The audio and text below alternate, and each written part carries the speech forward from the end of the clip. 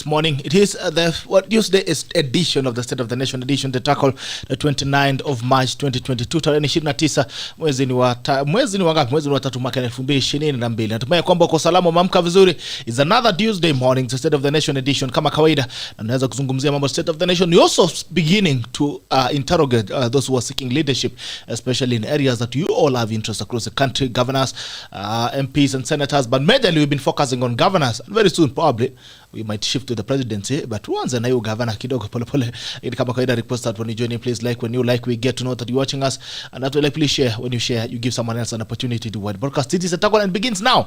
Tuko na mgeni wetu Richard Ngatia, Mheshimiwa Richard Ngatia, who is gunning for the top seat in Nairobi County, the rest to City Hall. You've seen him around, most probably. If you're driving in this Nairobi, you've seen a lot of billboards.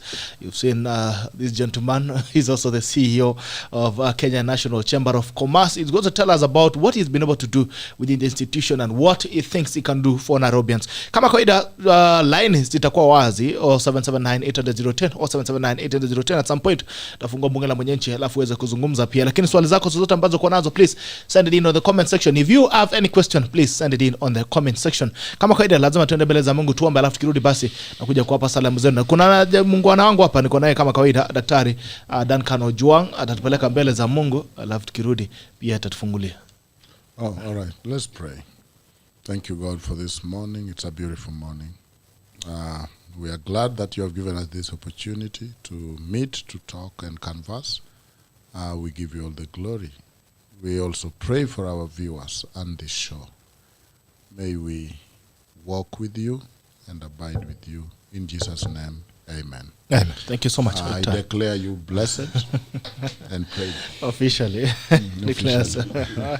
Asante sana. Thank you so much, Ojwang. Haya, karibu kifika tafadhali like when you like, we get to know that you're watching us, and after like, please share. When you share, you give someone else an opportunity to well broadcast. Tuaje tulipa madeni haraka upesi. Na tukirudi basi na kuja kuwapa salamu zenu mbio. Tunakimbia mbio tukizipitia haraka. And tutakwambia kwamba Rex Roofing inakupa nafasi ya kuwezeka nyumba yako kwa njia shwari zaidi. If you're looking for building roofing materials, you can only get it at Rex Roofing. Quality roofing shingles, stone coated tiles, UPVC, water harvesting cutters, waterproofing solutions, water APP, waterproofing membranes ama waterproofing liquid. Unaweza pata zote pale Rex Roofing. Visit www.rexroofing.com ama wapigie simu 704-646-664 ama watembele pale Manelik Road Fast Flow. Ukisema tumakutuma, we still extending 30% off this March. 3% off actually.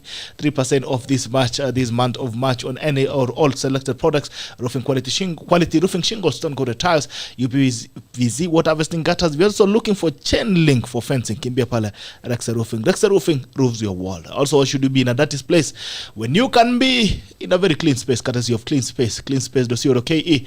Pale Current Professional Center, tembele basi wanaweza kupata discount yao, as you can do this clean commercial cleaning, domestic cleaning na mambo yote ya usafi ambayo unaweza kufanya, including fumigation and also landscaping services from cleanspace.co.ke. This square where the Royal Ketia building 4th floor. Basi ukifika pale Dandan anakupa discount zako kwa njia shari zaidi. And we're still recharge Dawa from the House of Peptang. Recharge Dawa ensures that you always recharge all through the day. Haya, nimeona Jimmy Gakio ameamka. Good morning to you, Jimmy. Cyrus Lima, good morning to Tackle family. Good morning to you, Munga Lito continue. Good morning team tuning in from Convent United Kingdom. Good to be part of this morning State of the Nation edition. My question to Honorable Ngatia, is he a direct nominee with Azimio? What are his policies on law and order? But the border is just a tip of the iceberg. There are places in Nairobi ruled by gangs. Traffic is horrendous. Not forgetting our youth are jobless with no jobs or programs to fall back to. The list is endless. I think you can take note of that. Lagat Joffrey, good morning. Kisumu Dallas, Ikolog, Asante Sana, Silas K, good morning. Taklas, good morning to you. And Nico Soseti Kondane, Dictator Osuji Okengo, good morning. Bito, good morning to you. Daniel Korir, good morning. Korekiwa Masi, good morning. Mheshimiwa Gerald from Kayole, and sending my condolences to the Mheshimiwa Habdi Guyo, Majority Leader, Nairobi County, for losing 4 members of this family. Pole sana Guyo, pole sana Habdi Guyo. Larry Kimonori, good morning. Gerald Bito, tuning in from Just Again Contractors Eldoret. Geoffrey Kaimenji, good morning. Live from Mombasa. Mwasa Henry, we love Richard Ngatia as the next governor. Asante sana. Ngeno Jerry, 20 from Nakuru. Collins Nisoi, CK, good morning. That I call ask Ngatia, why Nairobi and not any other county? Haya, swala nyeti. Kwa Kipkorir tuned in, Brokazi Safi will be your guest soon. Karibu kwa Kipkorir Brokazi, Miss Soy Sharon live from Sydney, Australia. Good morning. Good morning to you. Julius Rono Kiambu iko ndani, Eli Keter following from Qatar. Arin Wanjiku, good morning Kanji John. Good morning to you. Jimmy Gakio salimia CP. Haya, Shago Kiblating Chelila, so live from Seoul. Haya, asante sana, great work. Ojwang, how was your week been like? Ndio imeanza tu. How was what? The week like. Ndio imeanza. How was it started? Yes. So started imekuwa namna gani? No, iko sawa. I think and maybe I speak for a number of Kenyans. We still know we are in difficult time, but things are getting better a little bit, and we thank God. Looks like we are in campaign election mood. We still have to work and take part of our mundane life activities every day. So I'm good, and I'm glad to be in the TACO. Glad that TACO has been informing always. Always agitating for good things on behalf of Kenyans. And even more important, the brand that you have been able to pull in good people and good leaders who are able to speak to support us, convince, canvass, and inform us where this country is going. And I'm glad to be in one of those this morning with the Honorable NGATIA. All right. And then before kabla hujaendea mheshimiwa, I want you to, because we've been having this journey together, we've done this BBI journey together from scratch last year. Now we're having a ruling on Wednesday, or on Thursday.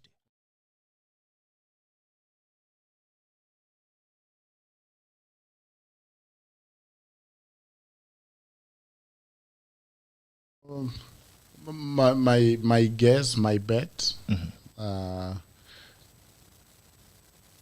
those who love BBI, I want to encourage them to continue lowering their expectations.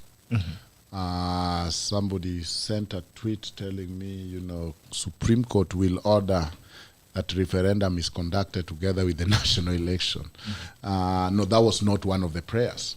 I think that as we go to the Supreme Court, there are things that cannot be touched even by the Supreme Court. For example, it was factual that President Uhuru was the promoter, and that was not appealed. It was factual that there was no public participation, though the court took that jurisdiction.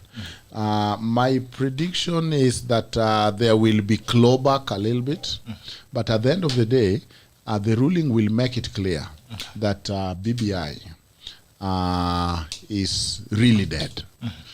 That is number one. It is dead, but it is, like you read the Bible where Jesus was saying, verily, verily, I say unto you. It was for emphasis. Verily, verily, it will be dead. It will show how much of taxpayers, 15 billion, have been wasted. It will be a stain, and a permanent stain, on some of our leaders' legacy. The reform agenda of Raila is tainted with this BBI blot. The President Uhuru's legacy, he will have to carry that for the 4 years. He carried a dead weight and prioritized something that did not materialize in Constitution and did not help Kenyans. It will also be a time for Kenyans to roar and to understand that as Kenyans, what do we do with our good brothers who brought BBI? So I think 2022 August election, BBI will be in the ballot for people to either react violently by voting or voting for those people who promoted it. And finally, it will be a clear demonstration, in my view, that this constitution can bark and bite at the same time. Like a well-thoroughbred Saluki African dog. It can protect the people because the constitution put its trust with the people and not with the politicians. And that the constitution is jealous, just like our God is a jealous God. and it has protected itself with the independence of judiciary. It will raise a question that now, how did Parliament not see this? How did the County Assembly not see this? The car grant and all that. And finally, I think that the President's plan, not just legacy, but succession plan, which was rooted through BBI, has been scattered. That plan of the positions, that plan of patchwork, bring so-and-so and so-and-so, make a unitary government with these positions, that plan has been dented. And because of that, you can see that the President's succession plan has almost been sleepwalking. It's not picking, because BBI was big part of it, but it was dented. Thank you. All right. So what if it gets another life, a lease of life? Well, that's also a possibility. That is, all dreams are possible, but not viable. Because one, we know that there are issues that are not in appeal that already blow death to BBI. Okay. For example, that factually, the President was factually found to be the promoter.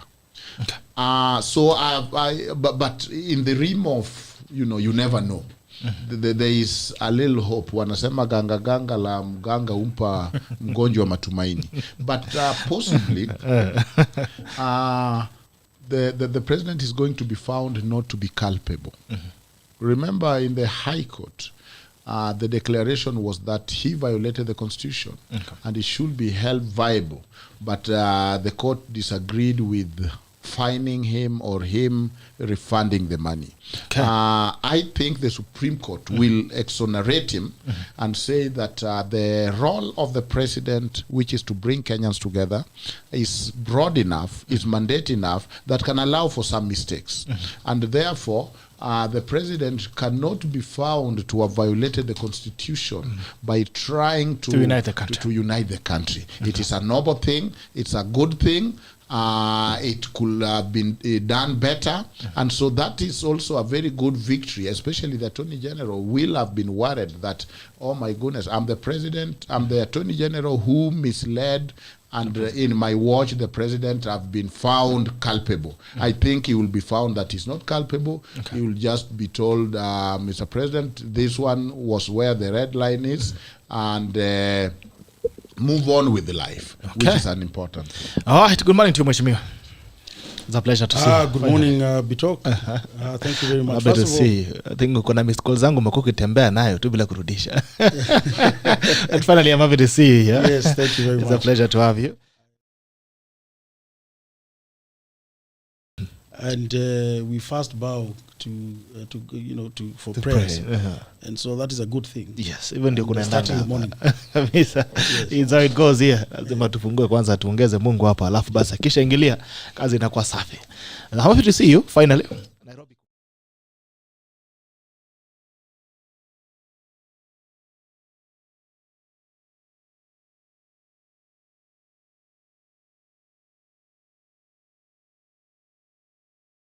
In Nairobi that is conducive. The environment should be conducive and clean for us to live in. And I think all of us, once this Nairobi is great, then Kenya will also be great. I want to remind you that Nairobi holds actually 60% of the GDP. 60%? 60? 60% of the GDP. Interesting. Today the GDP is about 11 trillion. And therefore you can imagine Nairobi supports all the other 46 counties, and therefore we must be very deliberate to make sure that Nairobi is actually the hub of not only Kenya, but and not only the region, but Africa. Africa. That's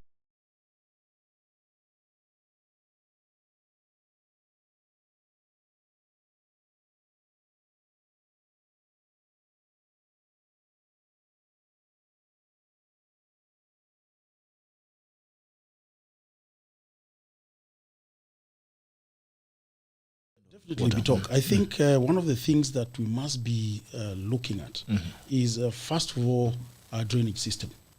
I know this has been a very big problem over time.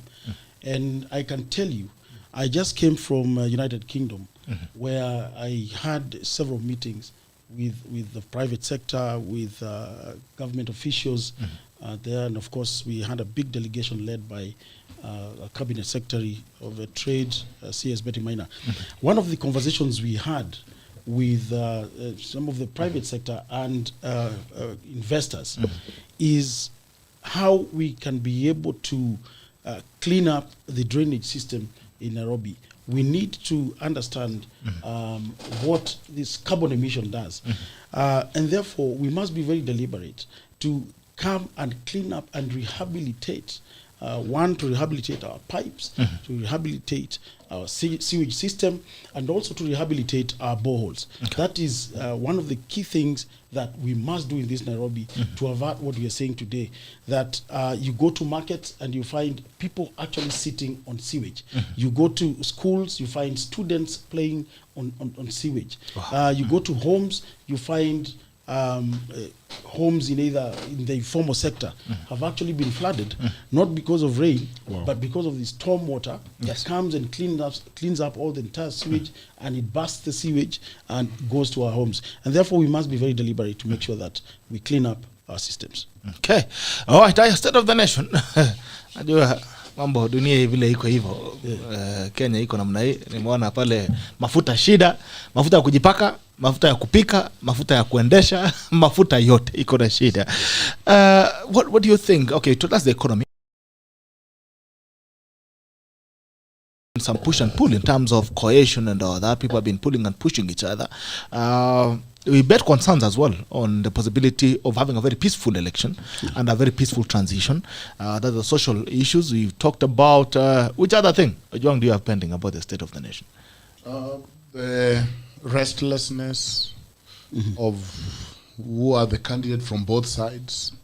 The difficulty of economy, you have said. Yes. And again, at some point, the state of the nation, we can't run from how will our election be, the safety, the succession plan, the good plan that our leaders have for us in making sure that this 2022 is not do or die or not break this country. Yes. Yeah.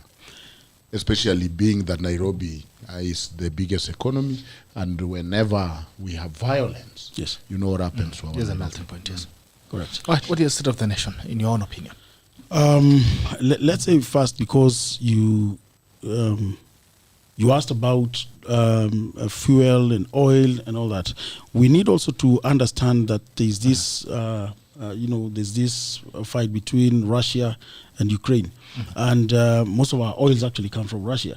And worldwide, because of the sanctions now, worldwide to Russia, actually we are seeing us now diverting to the GCC market, that is the Arab, to the UAE, to find for alternatives of oil. And I believe that has brought in what we call escalation of prices in oil, in all types of oil. But definitely that will go definitely once we get our oil from whether it is Saudi Arabia. I know other countries have been trying also to get their oil from the same country. I'm not sure whether they want to release it at this moment in time, but it is one of the things that our government should be looking at. Moving ahead. Again, the other side in terms of the economy, we need also to understand, first of all, the youth is actually over 60% of our population today in our country. And therefore, if we are not deliberate to make sure that the youth are supported in terms of jobs, in terms of capital, in terms of making sure we support them with information and opportunities, it becomes a problem that you can be able to tackle with time. So we must be very deliberate to see how do we support this location? How are we able to create jobs within our country. Okay. When it comes to Nairobi, how can we be able to create more industries? How can we have a conversation with industrialists to see how we can be able to have cottage industries, how we can be able to interact with the universities, with TVETs, with vocational centers, so that we have a matchmaking between the interns and our corporates. How can we be able then to come and support this location? They are most vulnerable. These people, most of them, if you go to town today, you'll find them actually, most of them seated hopeless. They don't know where to get their next meal. They don't know where to get their jobs. They don't know where to go and seek the opportunities or jobs. And we must be able to support these people. Most of them, and because I've had conversations with, they don't have what we call certificates. And whenever there are opportunities, if it's jobs, they can't be able to go and seek for those opportunities and compete because they're not certified. So yes, they do have the skills. They have learned the skills on the job. They have learned the skills within the informal sector, within the Juakali sector. But we need to give them those certificates so that they're given equal. They're given equal opportunities like any other person in Nairobi. All right, wow, that's interesting. So you think the biggest problem, the reason why you have a somehow a crumbling economy, because of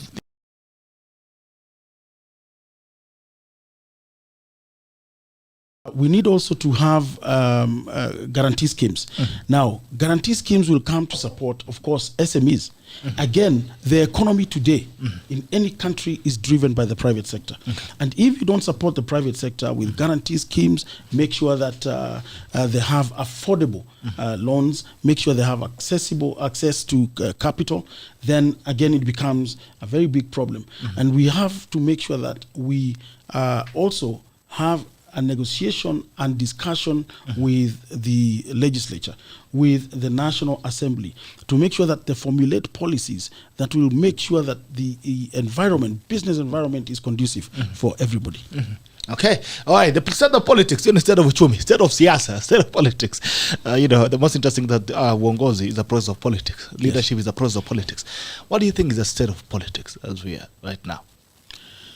The state of politics, number one, for me, what I would want to say, because I'm in the business sector, private sector, is it has reached a time when we need to bring business to politics.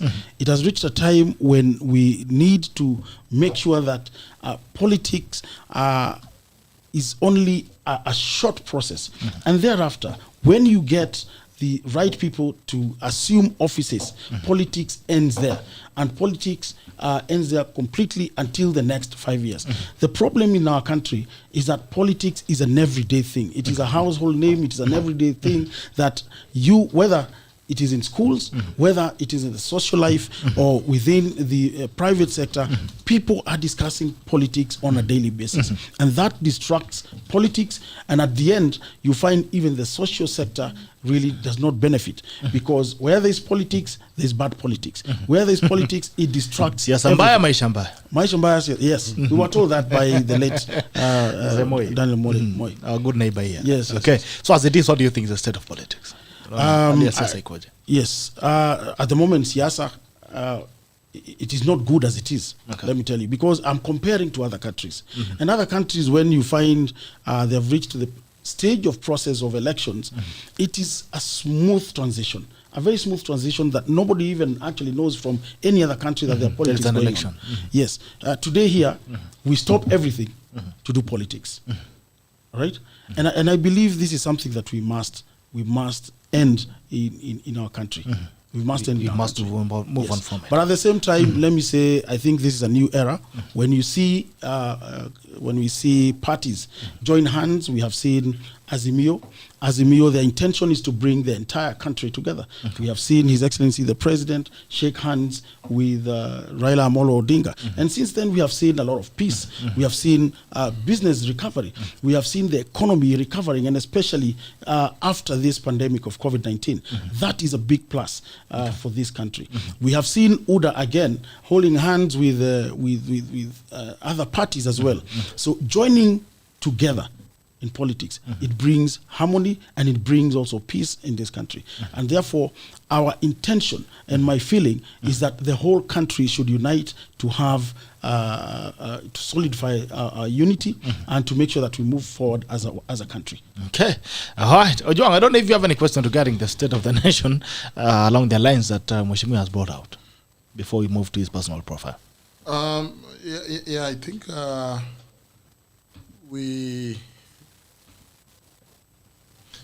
before personal profile, we were talking about cost of living. He has touched on that.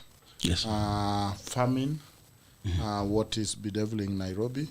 I don't know whether, in your view, the unholy alliance between NMS and Nairobi,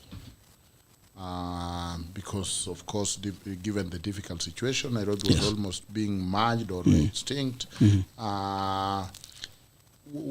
The rule of law generally, and you see that the rule of law and good governance have been connected with development. Yes. What do you think, and where do you think Kenya is going? Because from where we sit, Kenya is pulled into two sides. Those who feel that the politics of unity versus the politics of economy. If we are to have our way, I don't know what is your view on that. Thank you very much, Dr. Now, you mentioned about the county and NMS functions. I think one of the things that we must understand is that the Schedule 4 of our Constitution stipulates that all functions should be within the county. And I think that is what should be, even today, that all those functions within the county should remain with the county. However, because of deliverables and services that then were not given to the public of Nairobi, the government under the leadership of His Excellency President Uhuru were very deliberate to take some of these functions to a different department, and that was NMS. And you can see, actually, since NMS came in to support the county, we have seen most of the functionalities, we have seen most of them functioning. We have seen, example, if it is the health, which is devolved, we have seen most of the constituencies actually having hospitals they never had. We have seen most of them having boreholes and water that they never had. And so we have seen a lot of support. We have seen them actually coming to make road paths, to make roads even better, to rehabilitate water pipes. They have tried their best to make sure that then Nairobi is habitable. But that was just a temporary thing, and I believe that NMS now should be able to go back to the county and the function taken over by the county. Yes. Yeah. Let's move to your personal profile, John Mona. I think we are going to open a Pandora's box very quickly. Let's go to your personal profile. Who is Richard Ngatia? Where did you come from? Where were you born? How did you grow up? How did you become who you are today? What's your personal profile? Say that first of all, is good for your viewers and listeners to know that Richard Ngatia was actually born in Nairobi, in a village called Kangemi, Geshagi. Ni kijana tao. Ni kijana ya hapa, ni mzaliwa wa hapa, na pia nimefanya kazi hapa, nimeoa hapa Nairobi. And I mean, people probably have come to know me because of the private business, yes. And also the fact that I'm the president of the Kenya National Chamber of Commerce and Industry. But there's a life that and how I began. And I can tell you, in our culture, once you're 18 years, we normally move. Once you're 18, you start preparing yourself to leave your home. Unajitoa, unaenda sasa maisha yako. Where unaenda, if you succeed, well and good. If you don't succeed, yes, your family can support you, but that is to show that you're the man who you are. And therefore, at a very young age, yes, I had that insatiable appetite to get out and try and look out for business and try and look out for how I'm going to support myself as a man. And then I want to say that I lived, as much as I was born in Kangemi, I also lived in Majengo. I also lived in, so anything to do with Majengo, Gikomba, the Juakali area, I know it very well. I lived in Buruburu. I also lived in Kawangware. I lived in Satellite. I lived in Gatina. I also lived in Kawangware as well. But having said that, is that for me, I'm just a normal person who understands Nairobians, who understands the problems that people go through, because I went through those problems.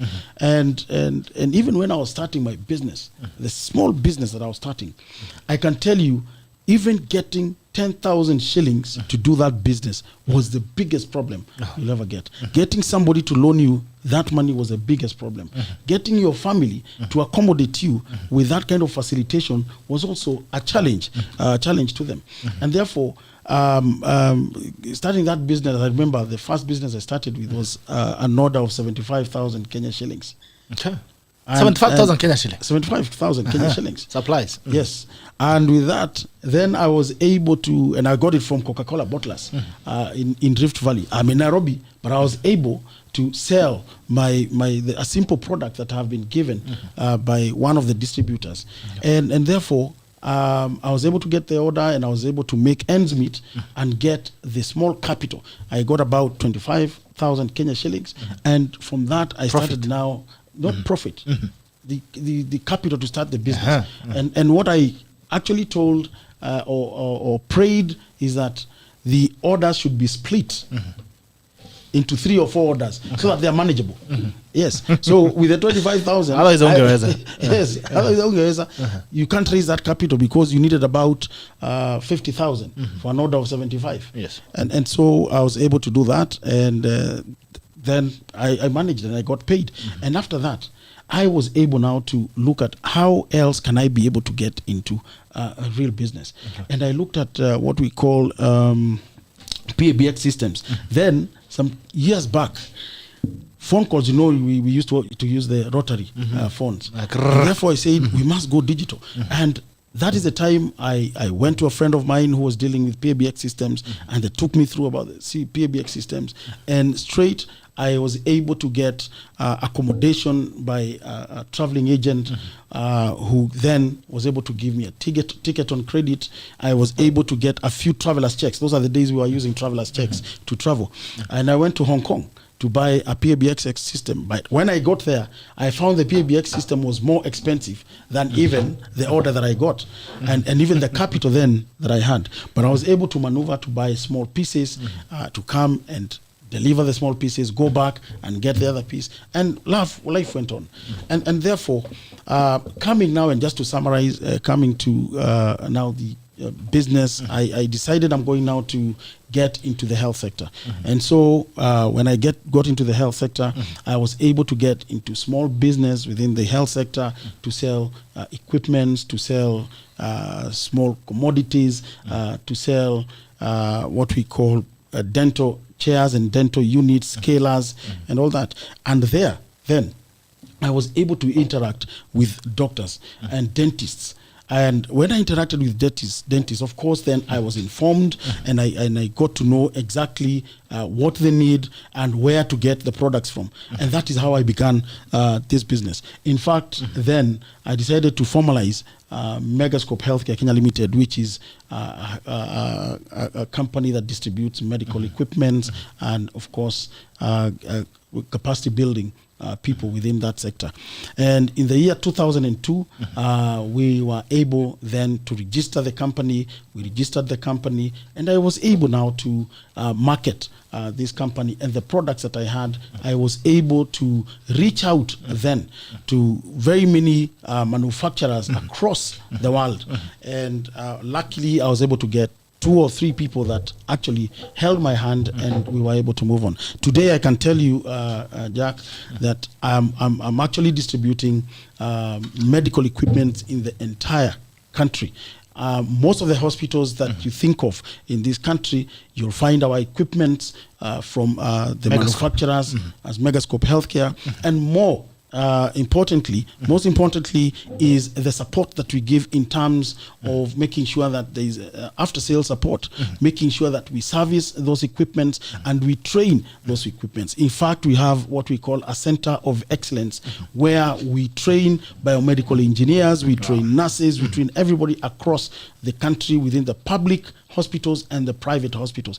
We are dealing with many hospitals. We are dealing with Nairobi Hospital. We are dealing with Aga Khan Hospital, Coptic Hospital, Mata Hospital, and also government institutions, all of them. In the region, we are dealing with all these hospitals. Now, within our Center of Excellence, we because it's a Center of Excellence for Africa, we have people coming from the entire Africa scheduled to come for training at our training center. And they train on critical care. In Nairobi? In Nairobi, here in Nairobi. They come and train. It is free. We don't charge because these are people that we sell equipments to. So we invite them to learn about new models, to learn about new equipment, and just to learn critical care, radiology, dentist, as well, physiotherapy, and many other departments that we are able to deal with. And today, looking at telemedicine, this is an area that everybody needs to understand that as we continue with life, and especially within the health sector, we have to connect all our hospitals through telemedicine. We have to make sure that each and every patient can be able to interact with their doctor online. We have to make sure that the doctors can be able to interact with their patients and diagnose them without necessarily them remotely, without them going to queue for hours. Today, probably a grandmother out there will be able to be diagnosed, and once they diagnose the patient, they'll be able to connect them to the nearest pharmacy or chemist to buy the drugs. And if you have to go to a laboratory, you will be connected to the laboratory that is next to you, and the laboratory will get ready for you by the time you get there. So that is what we call telemedicine.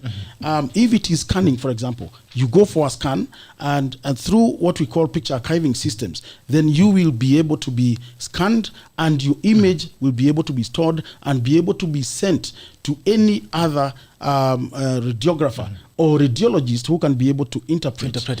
And that also can be done through what we call cloud imaging. If you don't have to have radiologists across every hospital. The few that we have can be able to support.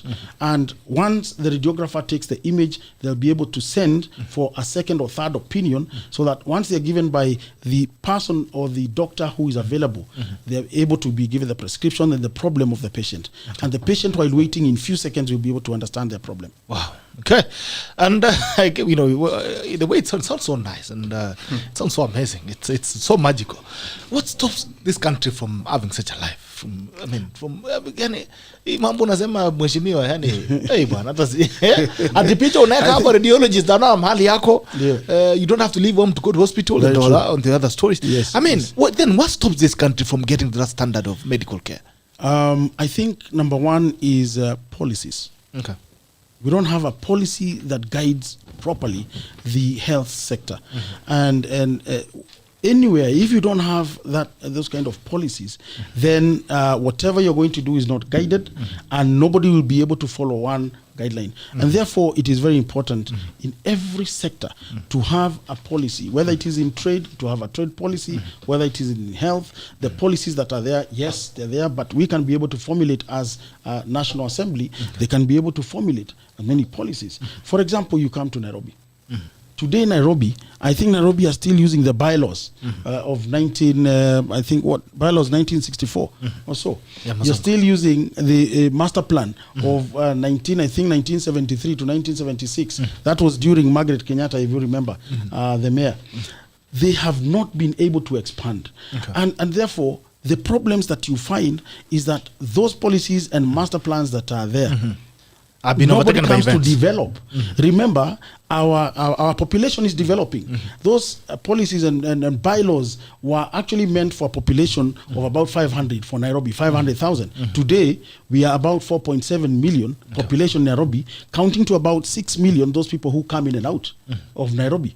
And it is the same master plan that is there. So those policies have not been looked at. In fact, I remember sometime in the year 2013, JICA came to write a document so that they can be able to support us, but we did not implement. We did not implement. And I think those are the things that we must look at. All right. Very quickly, I would like to look at your leadership profile, then we'll come back. Ojwang will take us through why Nairobi County and your agendas for Nairobi County. But your leadership profile, what have you been able to do? Over and above the private business, Megascope Healthcare Kenya Limited, which is one of the most successful businesses and competes with international institutions, international manufacturers, and we don't only do business in this country, we're doing business across Africa and also supporting those within the globe. And as I said, I'm also the president of the Kenya National Chamber of Commerce and Industry. Let me say that when I took over, that is 3 years back, I was able to do what we call BPR, that is business process reengineering. I was able to come, first of all, and do a very quick audit. And I was able to look at the things that we need as the chamber. And one of the things was governance, integrity, ethics. And I was able to get development partners who would come to support us in that area, give us some education as an institution, and educate the secretariat, educate the CEO, and educate the National Governing Council, who are chairs across every county, and the board as well. And therefore, that we were able to do.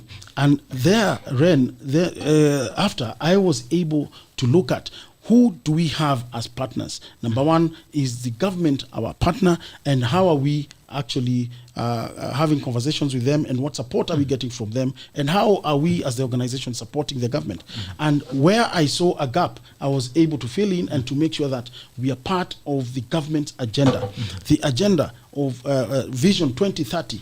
We were able to understand what it entails. We were able to understand that the government took 4 agendas from Vision 2030 to try and meet and have a target between that time that the government took over to 2022. And we were able to see how can we be able to support the government. The other thing is I looked at the operations within the Council of Governors, and I was able to speak to every governor in this country. And the conversations led to them appointing me as their business advisor. And therefore, we were able... Yes, the Council of Governors. And therefore, we were able to have interactions, conversations with them, and that we were very deliberate so that we support SMEs within every county. The third one was to make sure that we interact with development partners. Who do we have, who don't we have on board? How can we bring them on board? But I was also very deliberate to make sure that I have to have a conversation with councillors, with ambassadors, retired ambassadors, to understand how did you do your business in terms of economic diplomacy? How are you able to engage with Kenya when you are in Italy, when you are in Pakistan, China, and so on and so forth?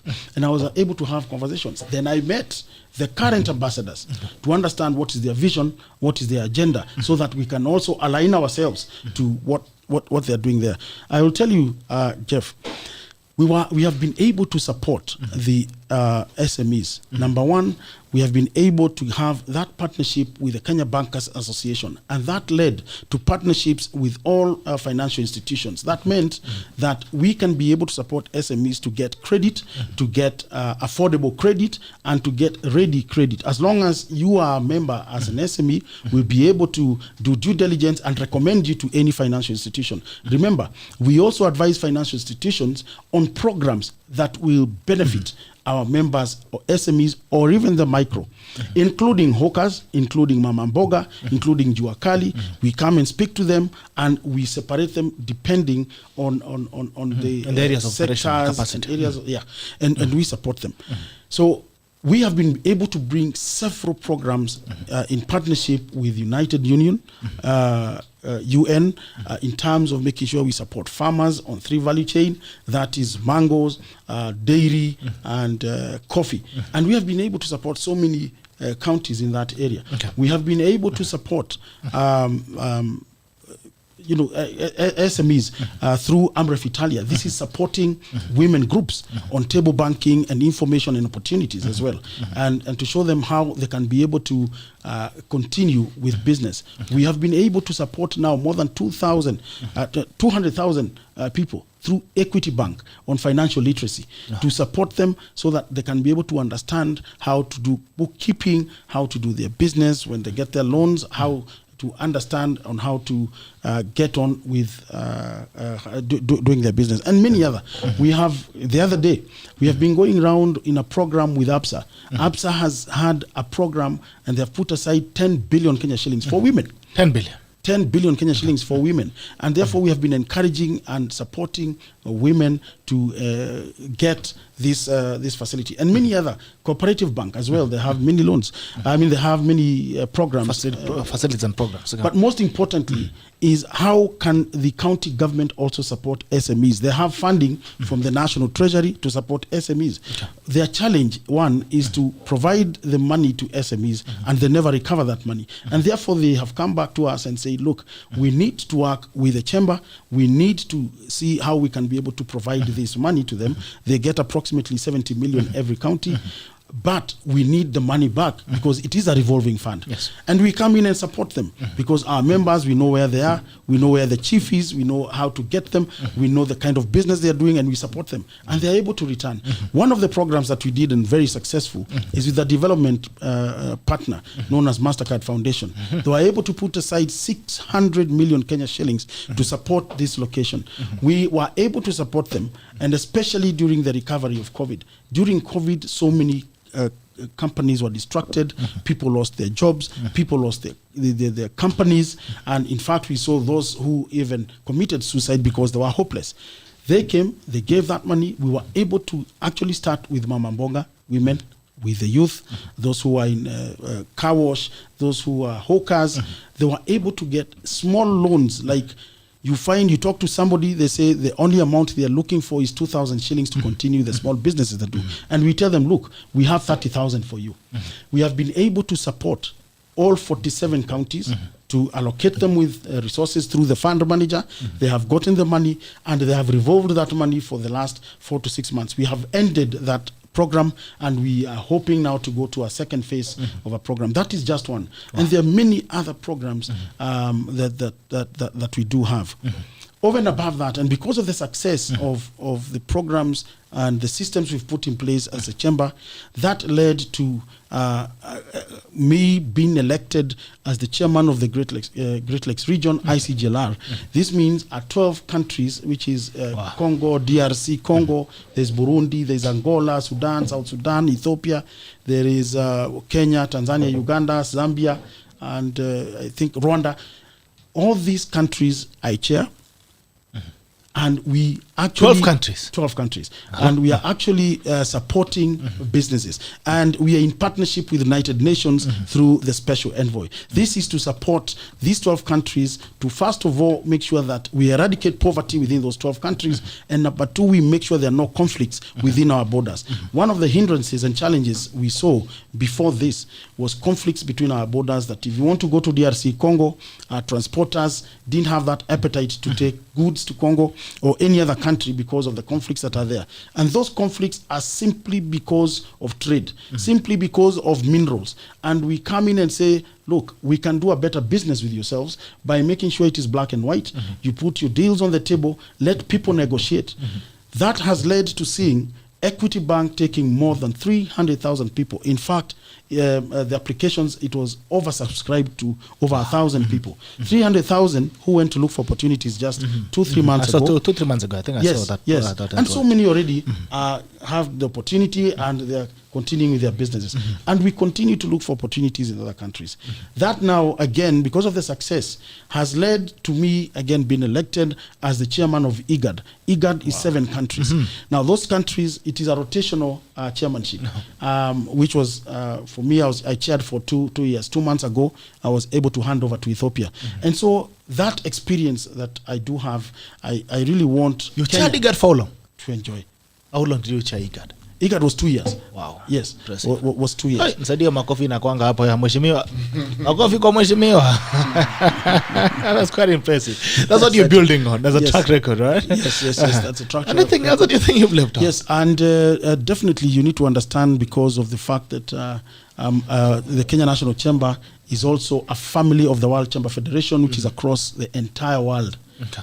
I had the opportunity to travel to most of the countries in the world to have conversations with the private sector and investors, foreign direct investors as well.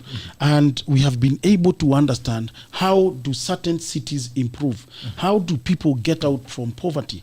I have been able to understand and to see how you can be able to actually bring a city like Nairobi to become a smart city, and because of those interactions. And of course, we have been able to interact with these people and to invite them to Kenya. And remember, with the head of state, who has been very vocal and very energetic, and also very intentional to make sure that he builds the economy by making sure that investors from other countries come and invest in Kenya. For a simple reason. Remember, there is a negotiation between the 54 countries of Africa. They have signed the tripartite. And now within the African Continental Free Trade Area, there's that agreement which has been signed to have all the borders open. Yes. That means that you look at tariff barriers, you look at tariff measures that are there to support SMEs, to support micro, to support corporates and the private sector entirely. And so when we also escort His Excellency the President Uhuru, by the time they sign the bilateral engagements, we are there as the private sector to implement. And therefore, when we sign MOUs as the chambers, two parties of whatever two countries, Kenya and any other country, we come in to Kenya and implement the agreements that our government has had, and especially within the private sector and businesses. And we come now and bring it to our people and make sure that they benefit from those agreements. Okay. Ojwang. Wow, amazing. That's very impressive. Yeah. I don't know where to start. He's a good marketer. This is very good. Yes, thank you. No wonder you're selling bottles. There is a person here that I asked questions. They thought I was asking them difficult questions, but I told them it's because you are the only one who was saying things that make sense. Yes. So that made me ask questions. So I think I will put you in that category. Especially, I like you saying how, Africa trade less among ourselves, which is a shame. Yes. And there is a lot of opportunity there. But the challenge of Kenya is inequality and unfair distribution of resources. Now, if you become a governor, you'll be the man with the yams and the knife at the same time. So we grow, we make things, and you wonder where is that growth? Why is it not being felt? Is there any innovation you have, even as a country and even as a county, on how we can move to fair, equitable distribution of opportunities and resources? I think before you go to that, Mheshimiwa, it will first of all be very important for you to tell us why. Why Nairobi? And you woke up one day and you're like, you want to run for governor for Nairobi. Why do you want to? Why this call for you to run for governorship in Nairobi, not any other region? And yes, why the interest in Nairobi County? Very interesting question. Now, remember, let me just take you back again. And I said I was born in Nairobi. And in Kangemi. And during my childhood, I tell you, I enjoyed Nairobi. I enjoyed staying in Nairobi and living in Nairobi. I enjoyed the transport system in Nairobi. Because I remember then, the transport system, you take a bus, you have a bus pass, that bus will take you all the way, say, to Buruburu, if you're going to Buruburu. That bus will come from, whether it is Kiambu or Thika Road, and it will take you all the way to the airport. And we had a system where we had 5 lines. And that system made sure there's no congestion in our city. Now, when you look at Nairobi today versus what was there then, you find Nairobi being congested so much by the transport system. You have all matatus coming to the city, all matatus leading from wherever they are coming from to the city. But when they come to the city, they don't have the public, of course, to give them business. And therefore, what they do, they have to park to wait. Isn't it? Yes. They have to park to wait. So you can imagine thousands and thousands of matatus parking, buses parking, waiting for their people to come in, for customers to come in. That already decongest, because then the person with a private car then has again to start meandering in town and looking for parking and everything. That decongests the city. Look at Boda Boda. Boda Boda again, they all come to the city to look for opportunities, meaning they want to come and look for their customers within the city to take them out of the city. In our days, if you remember, schools, most of the public schools were almost free. In fact, most of the public schools, we had free meals. Most of those public schools, we had daycare centers. I remember when we were very young, my mother would take us to a daycare center, where they would leave us. And in that daycare center, there are all activities. You're playing football as a child, you're playing netball as a girl, and there are many other things that you're learning while you're in that daycare center. When it comes to break time, you have something to drink, you have milk. When it comes to lunch, you have some food that has been given by city council.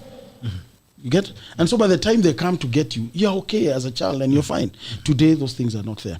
And you find again, the system deliveries, the deliverables are not there today as we would want as Nairobians.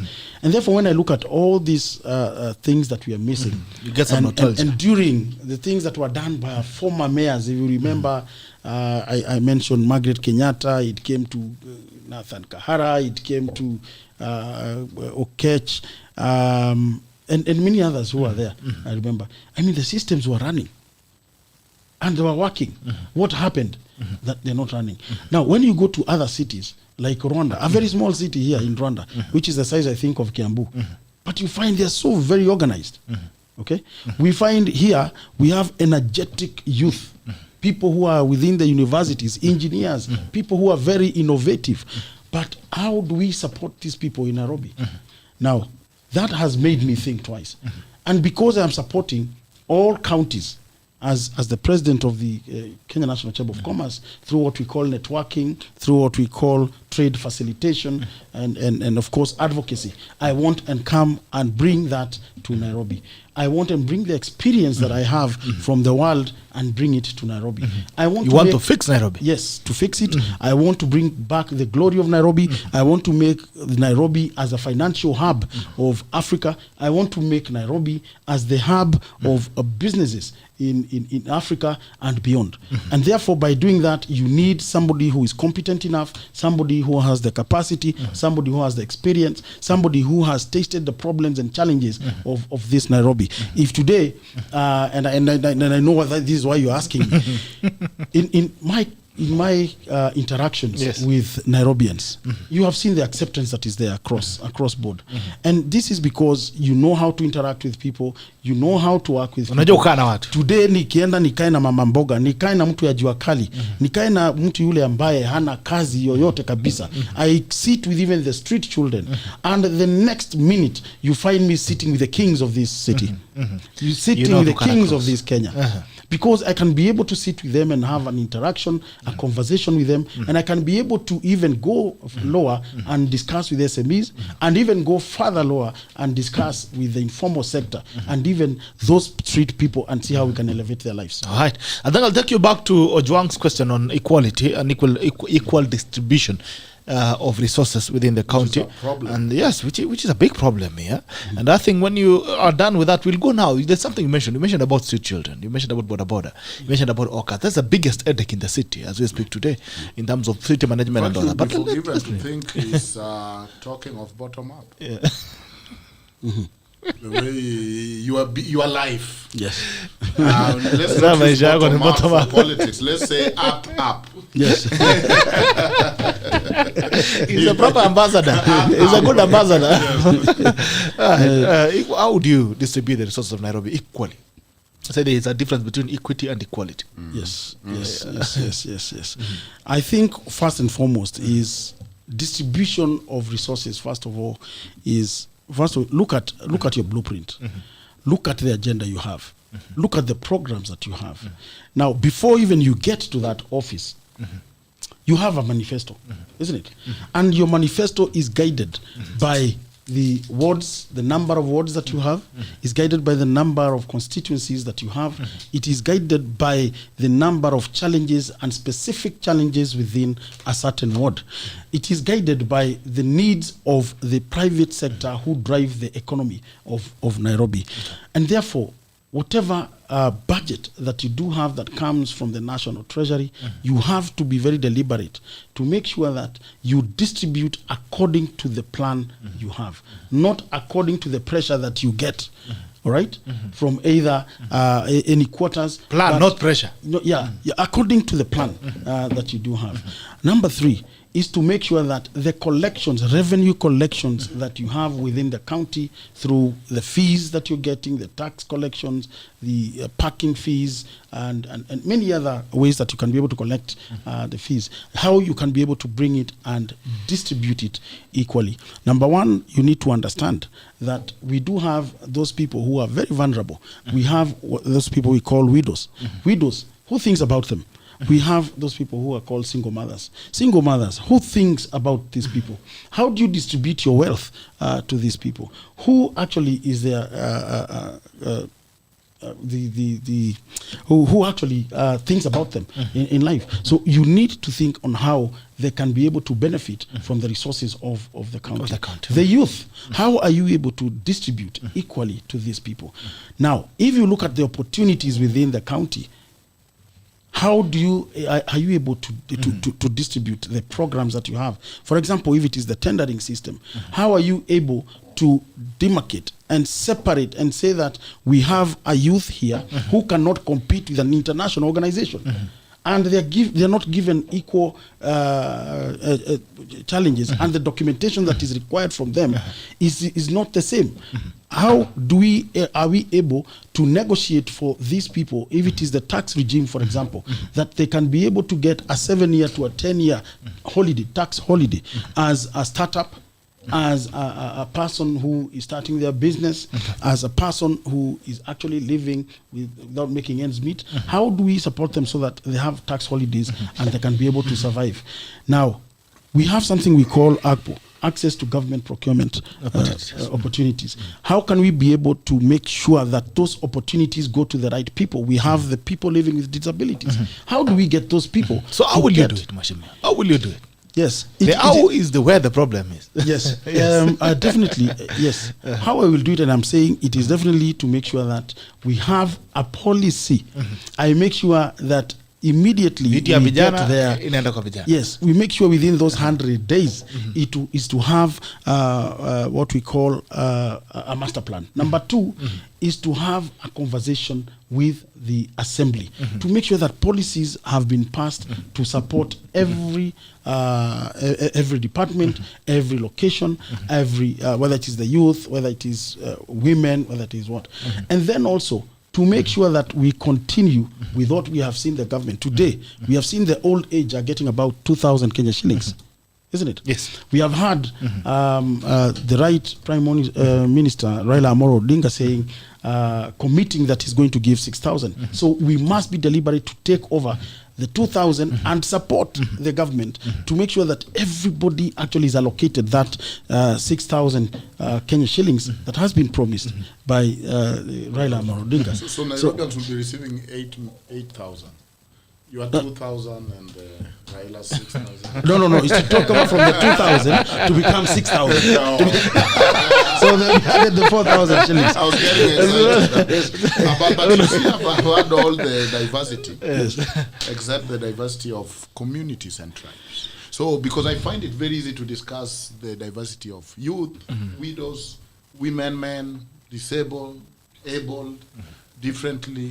Differently But the cancer of this country is the regional, communal, tribal diversity. Because I can take all the youths from my place or my one community or most few of the communities and say, ndio our widows. So how are you planning? Do you have a policy? Because it cannot just happen without a plan of diversity, of ethnicity. Nairobi is cosmopolitan. It is cosmopolitan, I agree with you. But I want to say that for me, is to look at, first of all, what is the intention of Azimio? Azimio la Umoja is to bring all communities together, is to make sure that we don't have that tribal gap anywhere within Kenya. And therefore, that is the same thing that we are going to adapt in Nairobi, to make sure that everybody from one tribe turns to one tribe, gets equal opportunities. And that is my major agenda, to make sure that once you're speaking one language, once you're one, and you're thinking the same, and you have a leadership that understands that Nairobi especially is a Nairobi that accommodates each and every tribe, about 45 tribes in this country that live in Nairobi. And you must live with that, and you must understand that those people must get all those equal opportunities. Now, some people say every inclusion is also a call for exclusion. Because even as we talk of Azimio, we know people who are not in Azimio, whether they are not required or invited or they don't want. So you know, every chance and opportunity to include means there are other people not included, because the resources are limited, they're not unlimited.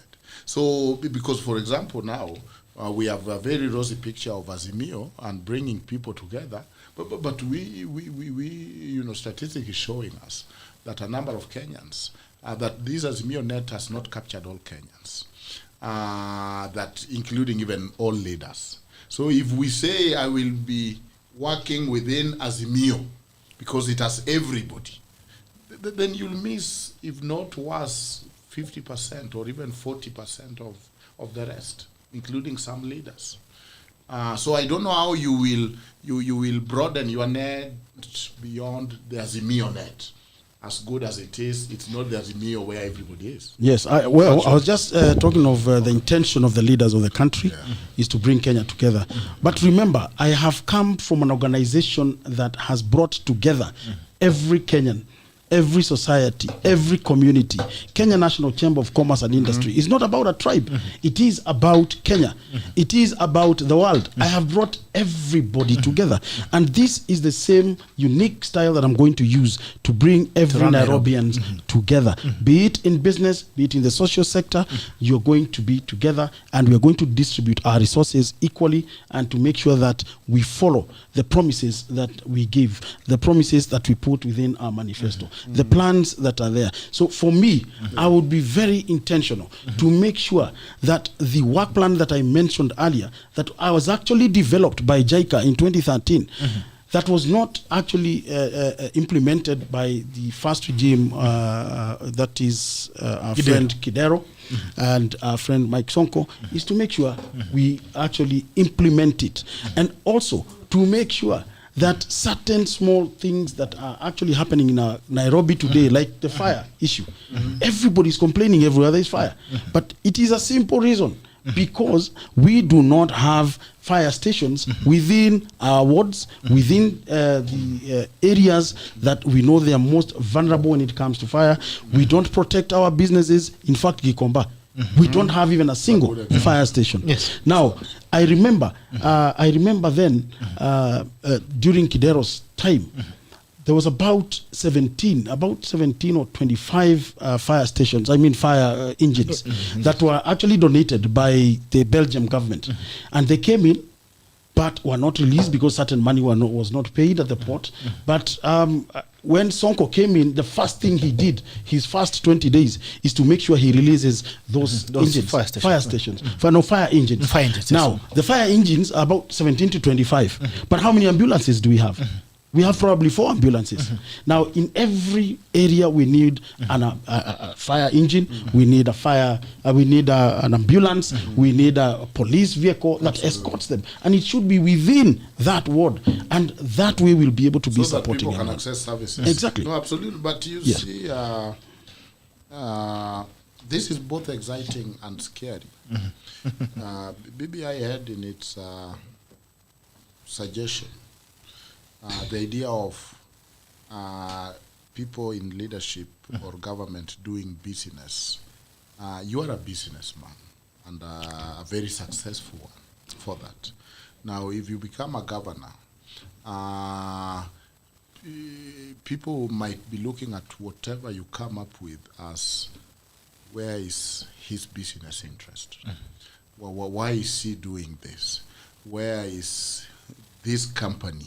There is that superstition, but you can as well make it not something people can worry about. That you can be trading with yourself. And trading with with the friends, the big business, even as you are the leader. Thank you very much. I think I just want to tell you that my experience is that I really, even the places that my company relates with in terms of business are places that we also interact with the leadership of those institutions. And when the time comes for those leaders to go and they go to other institutions or other ministries, I don't follow them. We don't follow them to say, because we have interacted with you, I need business in this. No, we don't follow them. I want to tell you, Kidero is my good friend. Sonko is also my good friend. I have never gone to them to seek for business there. But it reached a time that we must support, for example, Nairobi. And that is why I said, for example, if it is NMS, I put my foot forward and I said, I need to participate in one of these tenders in making sure that we bring sanity in the county and make sure that the health sector is felt in this Nairobi. And what happens is, most of the hospitals that you see that have been built, actually 19 hospitals that most of them, they're actually 24. But what we managed to take as our company is 19. The rest, some of them were actually 5 years old. The contractor started building, they were unable to build, they are in court with the county, and it is there. And I said, we must come and support this. Within 8 months, we have been able to give out those 8 months. Success in business, but you're saying yes, if you become a governor, I don't think conflict. I don't. That is conflict of interest, and I don't believe that for me, when I go to the county, I'm going to start taking business from that county. However, I need you to understand that when I take over the county, not if, when I take over the county, yes, when I take over that county, my business will still continue. Remember, I have a structure. Remember, there's governance within my system. We have marketeers. And I want to tell you that Megascope Healthcare has the most qualified engineers in this country, biomedical engineers in this country. We support the entire country. And we shall continue supporting those countries, including the county, supporting them in making sure that their systems are right. Okay. In terms of innovation, we shall continue giving the health sector documents so that they can be able to see how do you interact with innovation, how do you interact with digital economy, how do you interact with e-commerce, and how can you be able to adapt to all this. So I'll be able to support without having a conflict of interest. The question could be, who else have mentored you in business apart from the president? Let me say that, first of all, let me correct that position. The president has not mentored me. How can you correct that question? No, yes, you answered. Your question is lacking in fact. It's far-fetched. It's deficient of fact. The president has not mentored me in business, number one. And I said in 2022, Uhuru was not the president. Correct? Yes. When I started business, in fact, I think Moi was the president, and I was still doing business at that time. When Mwai Kibaki took over in his dispensation, I still did good business. And when Now Uhuru came in, I still continued with my business. And I believe when Raila takes over, I will still continue with the business. Now, that does not mean that those presidents who have been my friends have actually nurtured me in business, or they've been given me opportunities in business.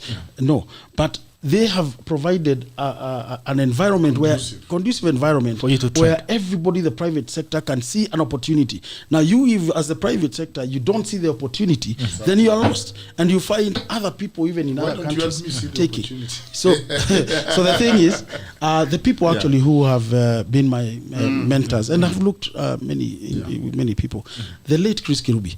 Let me tell you, that has been a mentor, and that is somebody who sits with you and brings you into real life and tells you and nurtures you and you know, shows you and broadens your mind, not just to think and stick to Nairobi or the county or Kenya, but beyond and Kenya, and how you can be able to approach certain opportunities. There are many other people. James Mwangi, for example. James Mwangi, I can say, has nurtured me from the beginning when he was a director at Equity Bank. And we kept sitting with him on financial literacy. He brings you into books, and he makes you understand on how you can be able to invest and the right time. Those are very great business giants. Yes, they are. Chris Kirubi. Yes. And James Mwangi. Yes. Are you will it be fair to say that the hospital leasing equipment did not have controversy? That at some point some counties were left behind and did not love the idea, and felt that it was actually probably taking powers. You know, we are obsessed with powers. Now, this brings you back to the question you had asked about politics. Now, politics in this country really comes to destroy our country. Now, MES, and for those viewers and listeners, it's Managed Equipment Service. Now, this is a program that came in towards 2013, 2015. And this is a program that was an international tender. And this was coming to support the entire health sector in all the 47 counties. But again, what happens is everybody was given a chance to tender. All counties were given a chance to also put in their ideas and also develop any programs that they do have, and which they did. But then, when it was being actually launched, it was very unfortunate because it was during the time of campaign. It was the process of elections. And therefore, there was that fight between the governors, council of governors, MPs, all the politicians, and everybody wanted to take advantage of that situation, and that arose. And there are those who kept saying that is not a good business, because most of them at the time, they wanted the resources, they wanted the budget to be allocated directly to them. Now, if I would want to ask you, what the Constitution says? Let me say, I think national government has their own responsibilities. They have their own responsibilities in terms of who of where they are going to take their resources in their own hospitals. Remember, the hospitals that they were supporting are referral hospitals, as grants, as referral hospitals.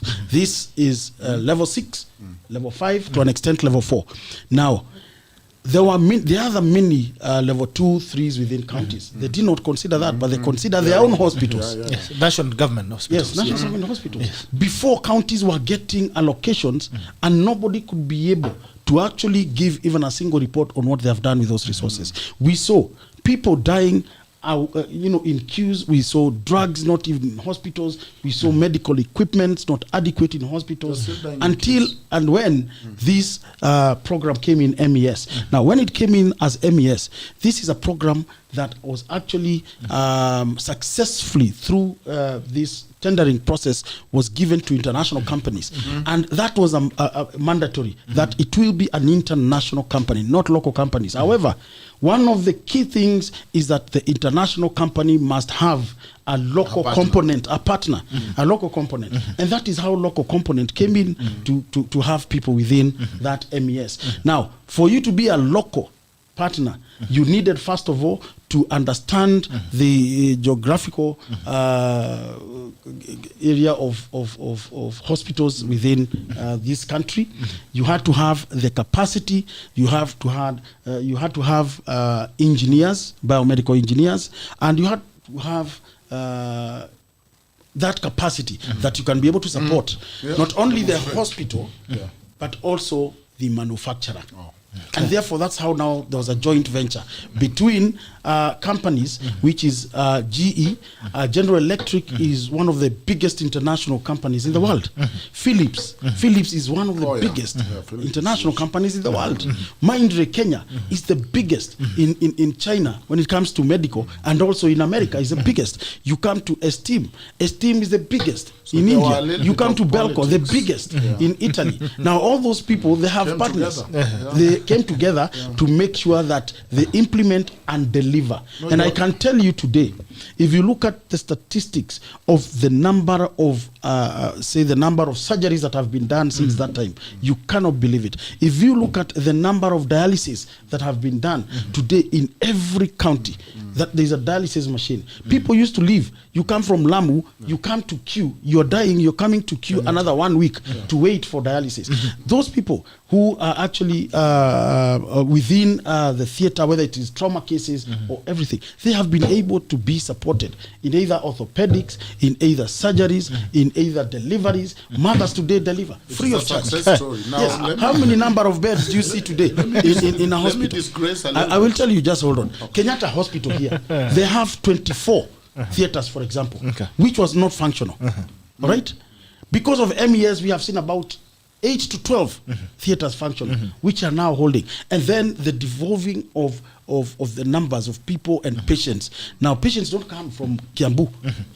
Because Kiambu has been fully fledged with equipment everywhere. No, I get it. It's the best thing that has been invented since the invention of sliced bread. I talked of telemedicine. How do you think the country is able to achieve on telemedicine? People today are coming to benchmark in this country. We have Uganda, South Africa, we have people in Egypt, we have everybody coming to benchmark in this country. The work that has been done. We are the ones who are supposed to go. The first time we went to benchmark, we went to China. The ministry actually was very deliberate to go to America to benchmark and see what is there, to go to China, to go to India, to go to every country and see whether what they're doing is right. I can see you are very passionate about this, and it is one of your successful legacy. You're not healthy, the nation is not healthy. Absolutely. So we start with health. Let me move a little bit to my final question here. It has been rumored that if former Prime Minister become the president, it will really be Uru's third term. Explain. Wow. Now, let me say this. In my view, in my understanding, the Prime Minister has continuously reminded us he's not a project of anybody. His Excellency the President has also been very deliberate to remind us he doesn't have any project. All right? And therefore, he has been able to tell Kenyans that he's ready to retire. But one thing I know he's very passionate about is to leave a legacy, to make sure that there is the right person to carry on with that legacy. There is that person who will come and carry on from where he left. And he has been very passionate to look around. And if he has seen that Raila Amolo Odinga is the right person to come and carry that legacy, that does not mean he's his project. That does not mean he's going to, he's the one who is going to be steering the government. The government during his retirement. He'll just be an advisor. No, I don't think so. I don't think so. Remember, also... Are you contradicting former Prime Minister? I'm not contradicting. Who will be his advisor? Advising doesn't mean he's the one who is steering the wheel. Okay. Yeah, it doesn't mean. I mean, listen, everybody has what we call, including myself, I have what I call the war council. Those people who think beyond us. And I go to them and I ask them, that doesn't mean they're better than me or they're better in my system, in my You see, in my They're business, working for you. But no, they're not working for me. But I asked them, With please advise me. And now, if he's going to be an advisor, he's going to be an advisor of the country, not an advisor of one individual. Okay. Because he has the experience. Remember, he has been there for the last 10 years. He has the experience of putting the government together, and he has seen challenges within our times. No, you see the basis of that question. People are seeing billboards coming up with this photo. People are seeing him being the patron of Azimio. People are seeing him being the Jubilee party leader, though he's leaving in a few months, having himself at the center of the Jubilee party.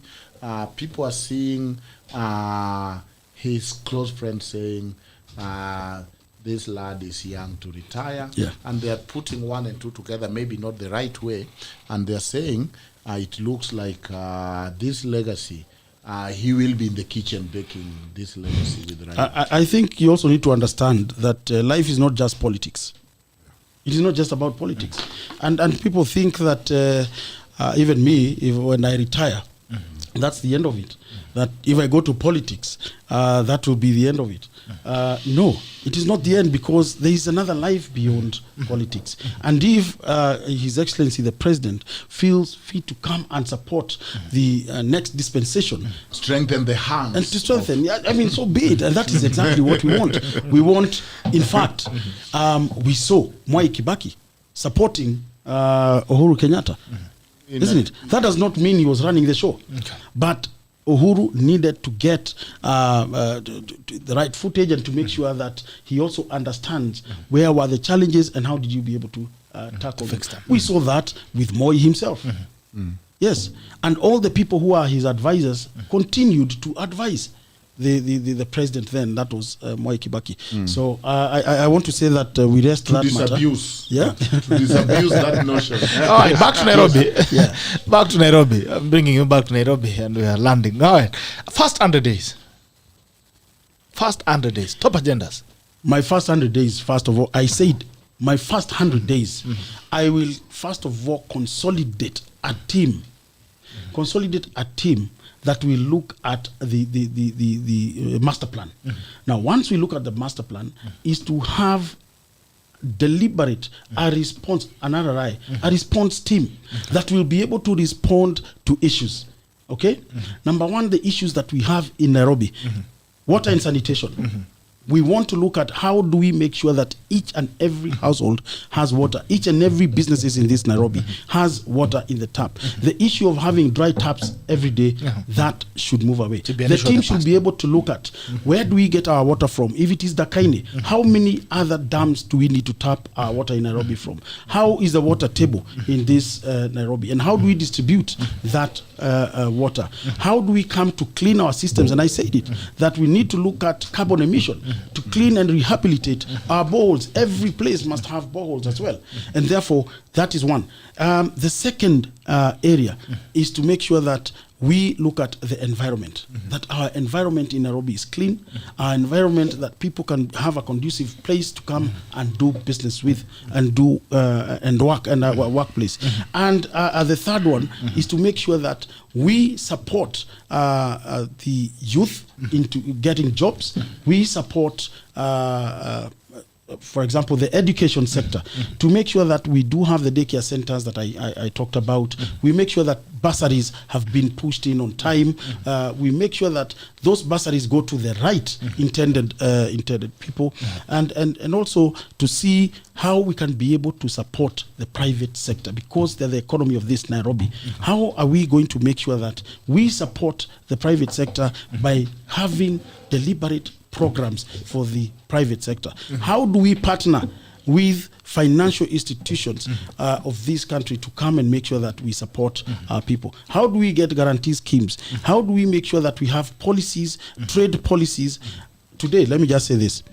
If an askari today arrests a hawker, that hawker is taken to a police, to the council station, isn't it? Yes. And I don't think that hawker is charged, because they don't have a policy yet. And that is why it is called harassment, because these people don't know why they are harassed, why they are not charged. It is because there is no policy. And we need to have that policy. While in Kenya National Chamber of Commerce and Industry, we have written a trade policy to the county. The previous leader, who was Sonko, we gave a trade policy so that they can be able to use and pass it. Okay. That has not been implemented. Okay, so those are things we need. We really need to look at the health, and I will go back to it. We must make sure that the health is available, accessible health, and we must be able to have connectivity. Our roads, we must have end to end. We have seen NMS; they have done a good job. We want to take over from there and see how do we connect our city to other counties. How do we connect our wards to other wards as well? How do we connect our city to the main roads? All right, and that will be able to decongest our roads. First 100 days isn't the issues that you have for Nairobians, okay? Bunge la mwenye nchi liko wazi, nambari ya 779-800-010, 779-800-010. Bunge la mwenye nchi liko wazi. Bunge la mwenye nchi liko wazi, nambari ni 779-800-010 au 779-800-010. Nambari ni 779-800-010. Haya, there's still some issues here that we are to look at. I think wacha simu zingia kwanza. The question of the issues, your thoughts on Sonko's Oster, of course, and on my NMS tayari ushasema. Haya, jambo. Good morning. Can I have your headphones on, please, mheshimiwa? Okay. Good morning. Good morning to you, sir. How are you? Fine, thank you. Naongea na nani? Naongea na Aaron. Yes, Aaron, sema. Salamia Gatia na nani? Asante, nimesalimika. Asante. Okay, niko na swali tatu kwa Ngatia. Mbio. Mimi ni mkaaji wa Nairobi, mmoja kwanza. Na ile shida tuko nayo kubwa ni maji. Water. Na sijasikia kuongelea maana ya maji wenye utatakiwa shida ya maji. Amesema, lakini atatuambia. Haya. Haya, kitu kingine ni drainage system. Unaona wakati inanyesha drainage system. Lakini wewe uliza tu, ala utajibu akisonga, Usipisikia akitaka leo vizuri. I was not satisfied anyway. Okay, uliza alafu atarudia. Alafu ya tatu history ya NMS. Anajua NMS kwa office illegally. Anasikia asema imefanya kazi sana, which kwetu huko umoja sijaona kazi wamefanya. Tunakuwa na shida ya uchafu.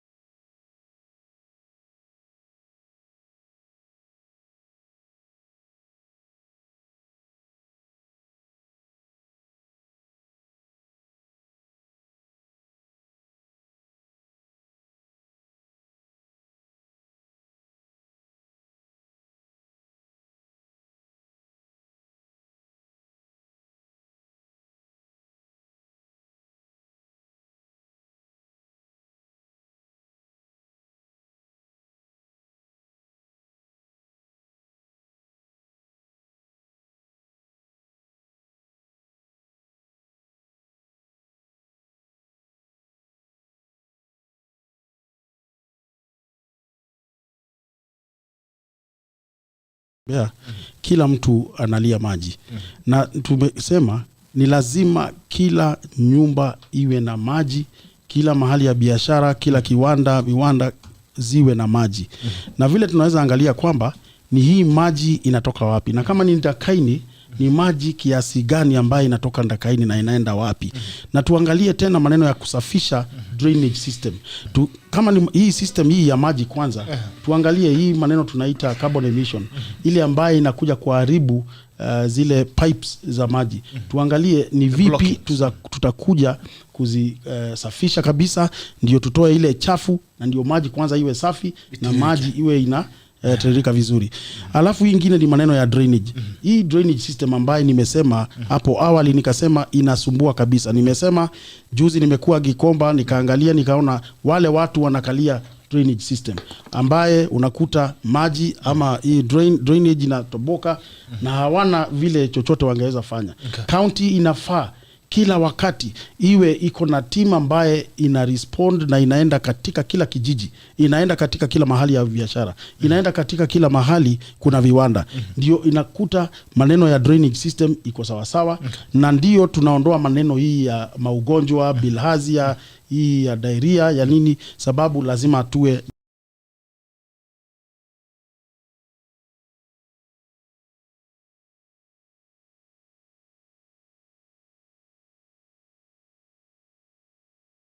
muda ambaye walipewa haitoshi. Lakini pia nikasema katika hii constitution yetu schedule 4 ambaye inasema county lazima iwe iko na maneno yake yote na inakaa. Na ndio nikasema wakati ikifika ya NMS basi kurudisha ile programs katika county lazima irudishe katika county, na ndio yule kiongozi ambaye sasa atakaa pale aweze kuhudumia wananchi na kuangalia zile mahitaji ambaye wangetaka. Maneno ya kusema kukuja mimi kwa ground, wacha niseme kwa ukweli hivi. Nairobi sio ndogo vile watu pengine wangefikiria. Mimi mwenyewe nimeangalia nikaona Nairobi ni kubwa sana. Na kukaa na kuzungumza moja kwa moja na wananchi milioni 4 na 7 milioni 6 sio rahisi. Wewe saa hii unaweza fikia, sababu uko kwa studio, kwa mtandao, unaweza fikia hao watu kwa hii saa moja tumefanya, utafikia watu wengi sana. Pengine over 400,000 people wanakusikiza, watasikia vile umesema, watasambaza ile maneno ambayo umesema leo asubuhi. Lakini wewe kutembea, lazima kutembea kwa hao kila watu, utachukua mwaka na mwaka ingine kutembea kwa wale one by one. Lakini ujue sisi tulianza ile mradi ya kuongea na wazee, kuongea na wamama, kuongea na vijana, na tukakaa na wao katika social halls, tumekaa na wao, nimeita wale leaders pia wengi katika zile miezi 2. I have campaigned for only 2 months na nimewaona wengi, na ni kweli kuna mahali sijaenda, lakini niko na wale watu ambaye wako pale wanauza zile sera zangu kabla nifike huko. Lakini sababu nimesikia malalamishi ya umoja, hiyo utaongeza nguvu ya umoja. Nitaongeza nguvu ndio niweze kufika pale. Lakini asante sana, na wewe pia ningetaka uwe jeshi yangu, uje tufanye kazi na wewe na unipangie nikuje huko umoja, ndio tuzungumze na kila mtu. Haya, Aroni, ukifika Canaan usinisahau.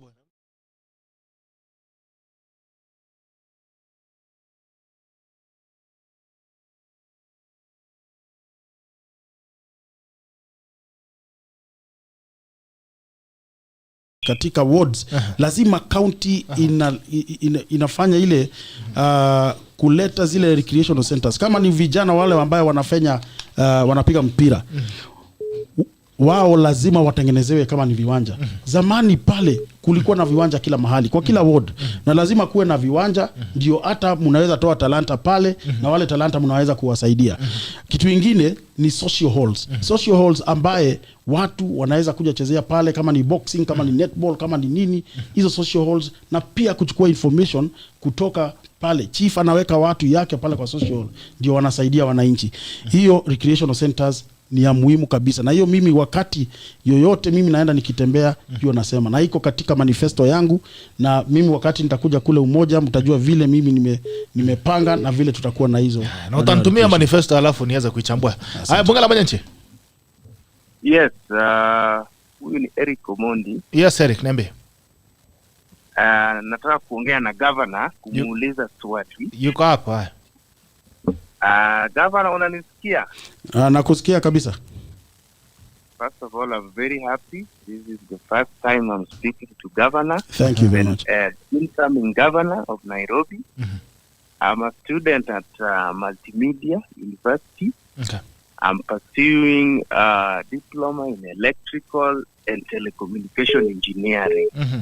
I want to ask my governor, what agenda does he have for comrades that in his manifesto? Is there any specific agenda for the comrade? Because I want to talk out of experience. I am one of those comrades who have overstayed in school simply because of few coins here and there. Okay. And even if you apply for a bursary for the Nairobi County, sometimes you don't get it and you are the one who deserves it. Okay. How is the governor going to help such comrades like me who have problems with school fees, who have overstayed in school for like close to 5-6 years like myself because of school fees? Is there a way the governor is going to... I just don't still understand how the governor is going to tackle this issue with bursary in the county. So your issue is bursary? Yes. Okay. Does the governor have any... Yeah, that question is clear. Any other questions, sir? I don't know, just that. Okay, thank you. Bungala Mwenchi Jambo. Bungala Mwenchi Jambo. Hello, good morning. Good morning to you. How are you? Very quickly, Masamba. I'm fine. I'm very fine. My name is Harold Mugozi. Yes. I don't know if you can hear me well. Yes, I can hear you, but please switch off the sound on your background. You cannot listen to yourself. Thank you. That is done. Right. My greetings to the governor incoming. Thank you. And Wakili, good to see you. Thank now, you. just to say, I would have loved to run for governor myself. What's your name again? Due to lack of resources, maybe I may not run. Majina ni gani? You can be a running mate. Harold, yes, I'm a young person. I belong to a green party. Okay. And so I've had the governor talk about climate change, and I think that's a very pertinent issue. One of the key things that we have is garbage collection and the plastic waste that are not being handled properly. We have dump sites like the ones in Dandora and all over. If you move around Nairobi, that is not handled well. So what is this plan to deal with that? Because that is a major cause of climate change. Okay. Number two, there's a big challenge of the status quo. We've had, for example, the president recently, the new bus terminus just at the railways, former railways, right? And we had previous Governor Sonko and Kidero trying to move PSGs out of the city. And we know that part of the challenge to implementing this was the status quo. Those who've been there for long and want things to remain the same. So as an incoming governor, what are his plans to deal with the status quo? Because this is going to be an impediment to some of the things he's going to implement. Otherwise, he's doing a good job, and one day I'm going to meet him and we're going to talk and share here. Thank you, my brother. God bless you. Very quickly, swali tu. Mbio. Tafadhali. Jambo, Bungala Mwenchi. Hello. Good morning. Morning. Okay. Uliza swali mbio tafadhali. Okay, I'm Henry Kibet Mwasa from Embakasi. Yes, Henry. A big supporter of Richard Ngatia. I love the vigor Richard Ngatia has and the energy. Nimemwona Chondoko Jakaranda Kabukunji. Mwambie asiogope kabisa. Tuko naye kama vijana wa Embakasi na Nairobi County. Asiogope sana. One thing, Governor Ngatia nisikize tu hapo tafadhali. Nakusikiza. Mimi huku najulikana kama kijana wa Babu 001. Usikuwe na uoga, Agnes Gakura kikutusi tusi yeye. Bicho Mageto njua kikutusi unatusi yeye. Usiogope hao watu. Akikukanyaga unakanyaga yeye. Hiyo ndio siasa. Usikanyagane sana. Ala. Bwana kwa 079 800 079 800. Now, Weshimiwa, even before you go to the calls, there's some coming that are really... Let me pick one last call. Yes. Ini ya mwisho. Bungala Mwenchi. Swali tu kisonga tafadhali. Ndogo, zima ukipiga simu zima. Okay, that was the last call. Nimefunga. Tukutane siku nyingine kesho nifungie simu hapo tafadhali. Haya. Before you go to the calls, now there's something that has come up and I want to give you an opportunity to defend yourself, to speak for yourself. and defend yourself. It's about your business and apparent involvement with KEMSA. It has come up severally. I just want to give you an opportunity to speak for yourself and to defend yourself, because I cannot do it myself. I can only give you a platform to speak your facts. All right. Okay, I can start with the KEMSA if you Please. like. Yes. One of the things, let me say that as a businessman and as a leader, I would want to appeal to all Kenyans to stop criminalizing business. Okay. We have seen this closing businesses in our country. I'm saying this because, and I want to refer to the pandemic that we had of COVID-19. Yes. There are companies worldwide that supported their governments, including America, who has the power. They had to seek support from the private sector. Okay. Now, those people, nobody had ever seen such kind of a pandemic. And therefore, nobody was prepared then. And so items were coming from one place, and this was China. So you had to get networks within China to be able to get commodities that are required then to save lives in our countries. And we saw very many people supporting. In other countries, those people who supported their countries during the COVID-19 pandemic, today they are heroes with accolades. Okay. In our country, those people who supported the country and those who supported to save lives in our country have been termed, in quotes, COVID billionaires. And some of them I even saw competitors, the gubernatorial seat, saying that the KEMSA people have killed people. I mean, such utterances have been made by leaders. Now, I want to say that this issue of KEMSA, there were more than 120, 130 companies that participated and who supported to make sure that KEMSA has the right equipment, protective gear to support during that time, including private hospitals did not know even where to get. Let me talk about myself and my institution, Megascope Healthcare.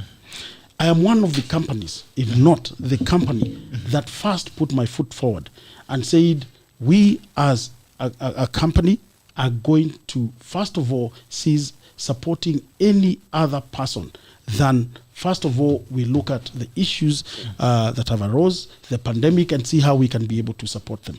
And any orders that we got from Sudan, we got from Ethiopia, we got from Uganda, we did not supply.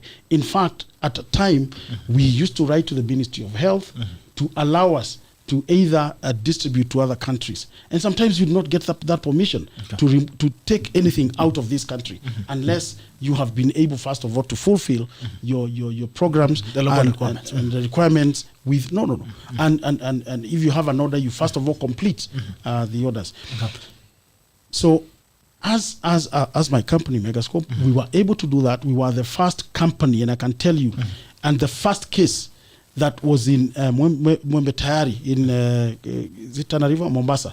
Mwembe is Mombasa. Mombasa.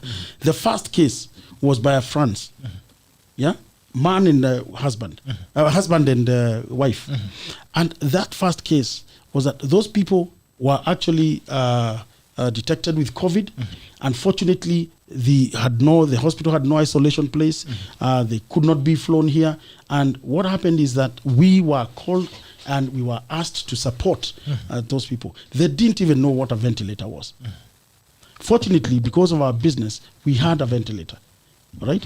And we have sold equipments before within the theater that have inbuilt ventilators as well, under the MES that I mentioned earlier. And so, because we had a ventilator, we were able to have AMREF support us with their flight to take our engineers to actually Mpekitoni, and support the patients. We were able to support the patients, one with the protective gear, to support the hospital with protective gear, and to support the patient with the ventilator. And after 14 days, those people, the two, were actually discharged and they left. And we continued supporting. KEMSA came up with requirements. And when KEMSA came up with requirements, we were among the companies that were actually invited to go and support, and also to see whether we can be able to get the products and commodities that they require. And therefore, we participated in what we call with the tenders. We participated, and we were able to get the tenders among many others. And so the things that we had, we were able to deliver in terms of equipment. What we didn't have was what we call PPEs, that is a protective gear. The gowns we did not have. We didn't have masks that could be able to protect you from a patient who has COVID. We didn't have thermometers. We didn't have so many things. And therefore, because of the network that I have in China, I was able to get to our principals and ask them whether they can actually get for us, because they also didn't deal with. And they were able to connect us with the people who manufacture those PPEs and all the protective gear that is required. So in no way were you involved in any malpractice? There was no malpractice, I can tell you for a fact. And there was no one who went and through that malpractice in KEMSA. Actually, that was a propaganda that came in. Unfortunately, people believed that propaganda. It was sold to Kenyans, and most of the Kenyans actually then believed, because a lie became the truth. And therefore, we had now again to go and defend ourselves.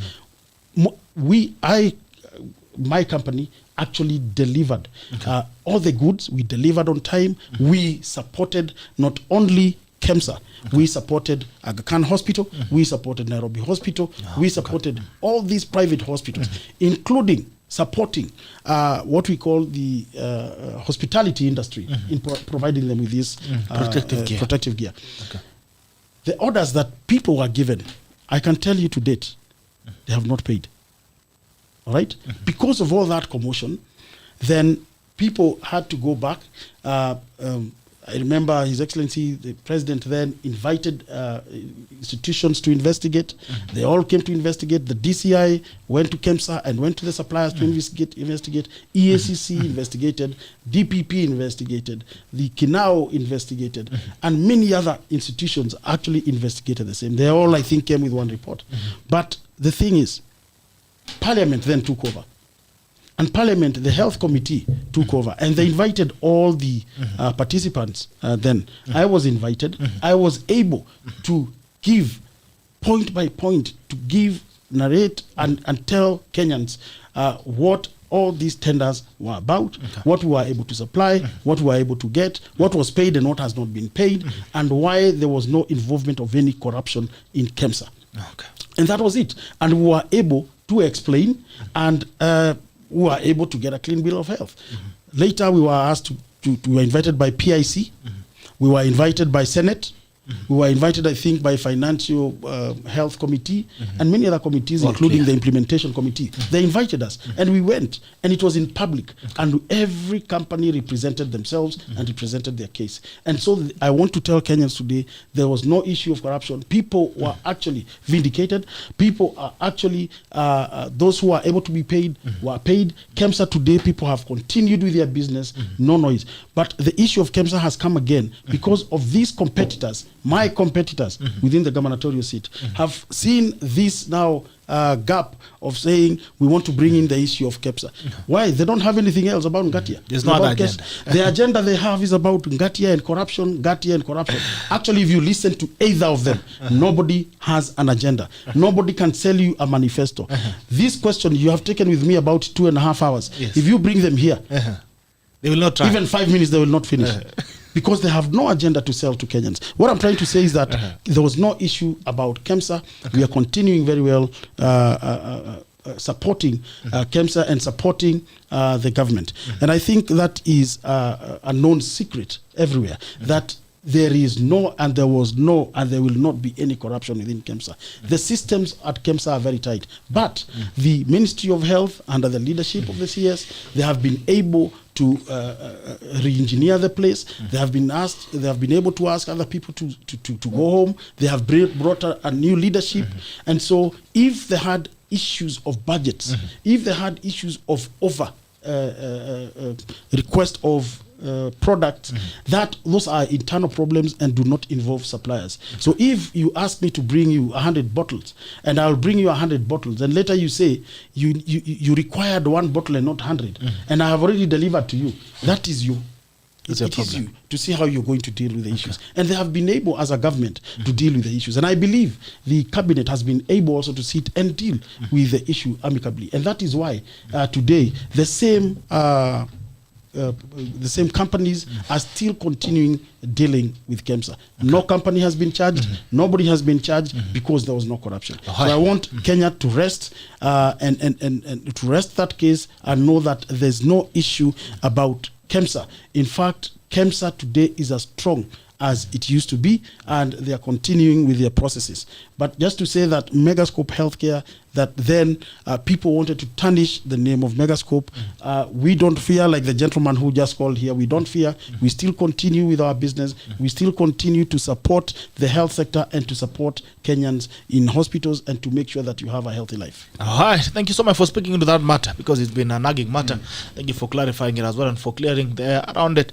And it's also a matter in case, a matter in court. I think it's still in court. Or it was there's no matter in court. No matter in court. Okay. There's no matter in court. So he has spoken into it. He has said his word, and I mean, his word. It's his word for himself, because he's the owner of Megascope, and he took that with the company himself. Yes. In fact, if you remember that time, it came with certain bloggers, and also there was one station that came out with the COVID billionaire and Jack Ma issues.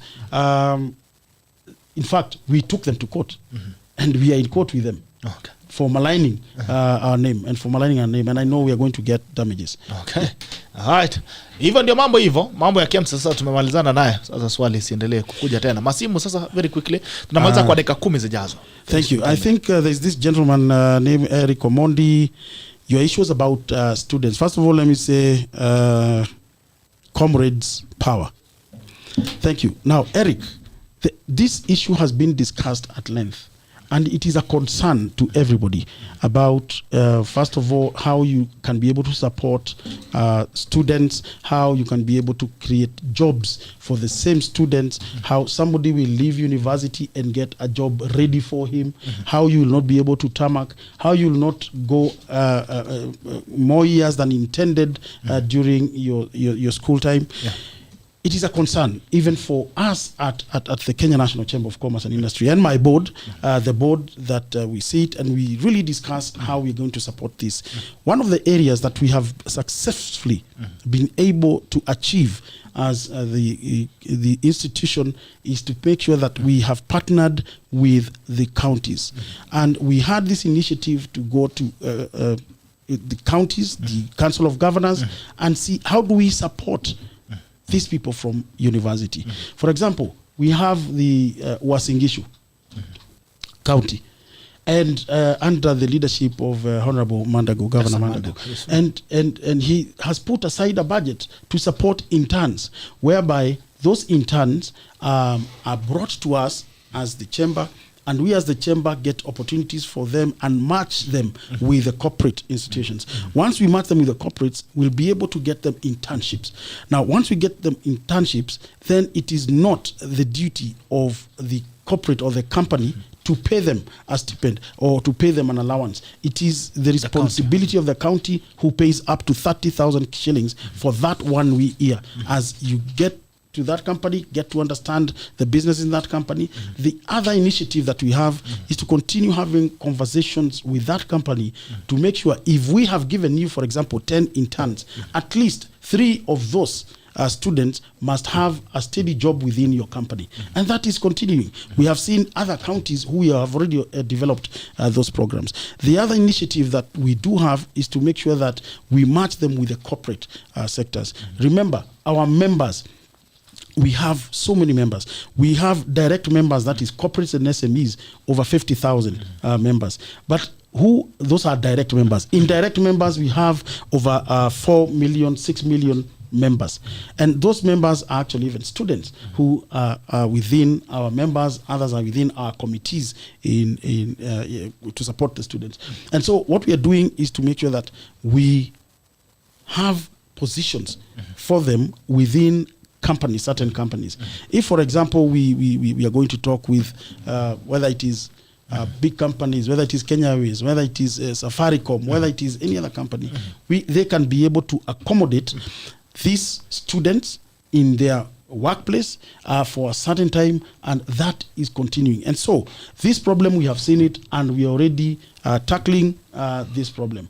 The other third point is that personally, I've taken the initiative as the president of the chamber to go to vocational centers, to go to TVET, to go to polytechnics, and to go to higher learning education, the universities, to speak to them, to motivate them, to give them knowledge, and to also encourage them about skills, that they can be able to learn skills over and above what they're learning. You said you're an engineer. Yes, you're an engineer. Good to learn those skills, but what else can you be able to do over and above skills? Because as an engineer, you will come out of the university, you will find jobs are not there for you, readily available for you. And this person is telling you the job that is available for you is a technician. The job that is available for you is a plumber. The job that is available for you is in woodwork, or it is in other. Today, we are discussing about digital economy. What is it you can be able to do in terms of supporting digital economy, online learning, online sales? So you need to also re-engineer your process, re-engineer your learning, learn enough of skills that whenever you go to seek for jobs, you'll get opportunities readily available for you. The second person was Aaron. Yes. Aaron, you talked about climate change, which is, and thank you for reminding me, garbage collection. Garbage in our city, the environment, and which I began with, we have to look after our environment. Waste management. And waste management, yes.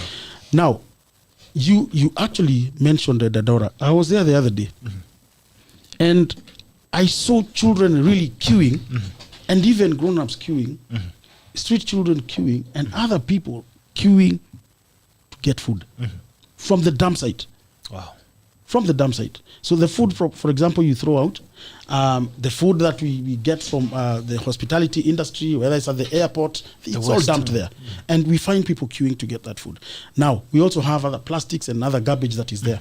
One of the things, and we must be able to do, and that should be within those 100 days, is to see how we can be able to have a recycling plant. Now, if we do have that recycling plant, we will be able not only to clean the environment, but also create as many jobs as possible within Dandora area, within Embakasi. We'll be able to create those jobs by making sure that you can be able to get what we call the cabro from that rubbish, from that garbage. You can be able to select the plastics that you can be able to make bottles from the same garbage. You can be able to make as many products from the same garbage. So once we have that recycling plant, it will be able to employ as many people. It will be able to employ, to give business to those people in the garbage collection sector. You'll be able to get new trucks, modern trucks that can be able to collect those trucks and be able to actually separate all the garbage. By the time it gets to the dump site, then it is already separated and it goes straight out to become of value. And that is one thing that we must do. In terms of... I think you mentioned about bus terminus. About the status quo. I don't know what he was trying to say, but status quo. Yes. Let me try it. Yeah? That it's very hard to bring change in Nairobi, given that other governors have tried. Yeah. And right now there is the momentum for the terminus and order the city, but it is difficult. For me, in my view, I think to try and decongest the city. Number one, is not to chase away the hawkers. It's not to chase away boda, neither the matatu industry. One deliberate thing is to make sure that we do have terminals like we are seeing today. And not only one. We have terminals around our city where we can have a common area of these matatus getting into. But at the same time, while somebody comes out from this terminus, how do you get to your workplace at the city if it is raining? If the ground is wet, how do you get to that city? How do you get there on time? Then we must have deliberate buses that will be able to take people which have been donated by the county, take people from that terminus to a certain point in the city. And this, I think, it should be easy if we have trams. We call them trams or small trains that can be able to take the public from one point to the other and back without charging them. The second thing is also to advocate and keep pushing people on walking. Today, I live here, the studio, I go to another office. I don't know the time I'm going to have to see the sun or the time I'm going to sit under the sun. And therefore, we all need what we call vitamin D. And so we encourage people to walk a lot. In many countries, people are walking. If you go to Netherlands today, people walk or cycle to the destinations they want. So we encourage many people to do that.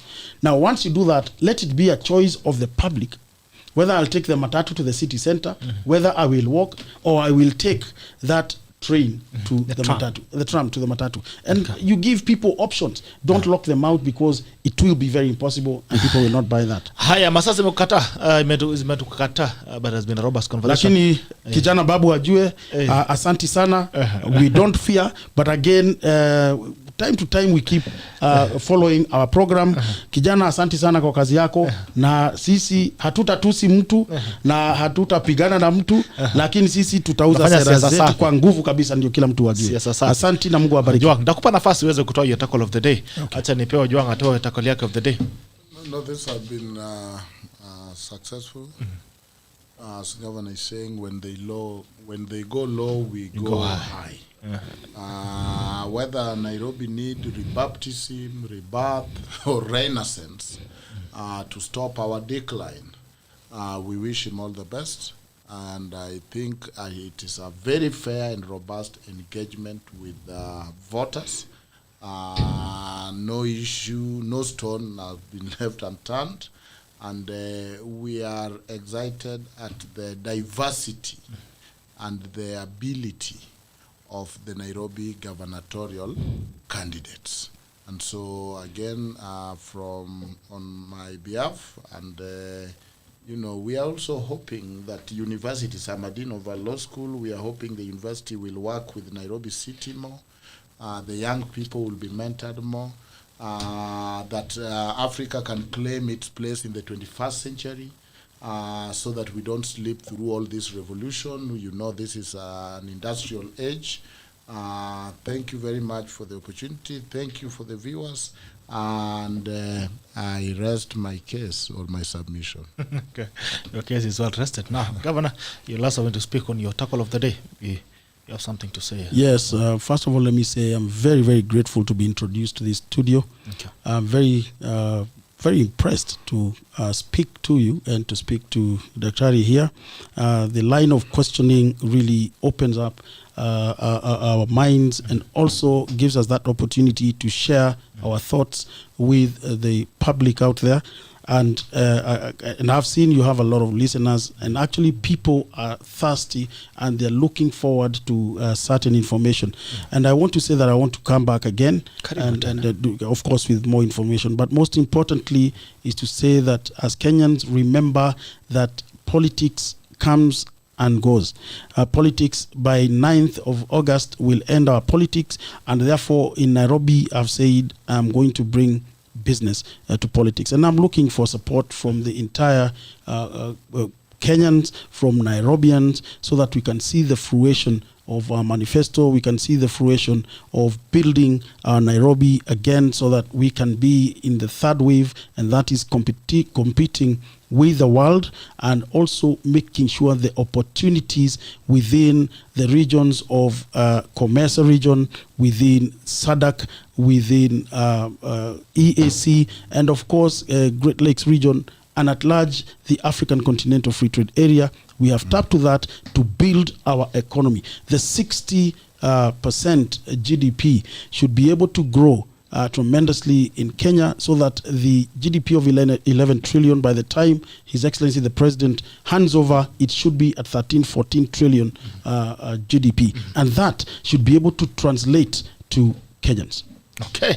Thank you so much for coming. It's been a very engaging conversation, and we'll keep this discussion going. We'll keep having these conversations as we move forward, especially towards the elections. Thank you so much for finding time, a very patient time, to be able to speak to Nairobians and let them get to know about your agenda that you have for them. Thank you for Nairobians for tuning in, and every other Kenyan in diaspora and also local, for always ensuring that we have a very robust show. I mean, you've spoken well. And I hope that you'll be able to take it through, because you've read manifestos in this country. Tumesoma. Implementing is a problem. So I want to believe that from the history that you've given us in business and management, you'll be able to ensure that you can not only have a manifesto, but move on from manifesto to ensure that the Nairobians can be able to see the fruits of your plans. But also, given us a good backdrop. But also very important to note that our population is growing every day. Our population is growing every day. So any ideas that we have to make sure that we match that population will really decongest our city, will really improve the livelihoods of our people.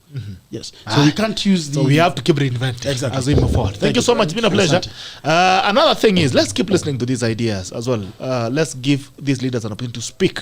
Let's judge them by their words and by their deeds. Listen to everybody. Achana siasa ya ukabwela ya chama nini. Wachana niyo maneno. Listen to everybody, then judge from the ideas. This is a Takole Dance now. Bye-bye. It's been a pleasure. See you.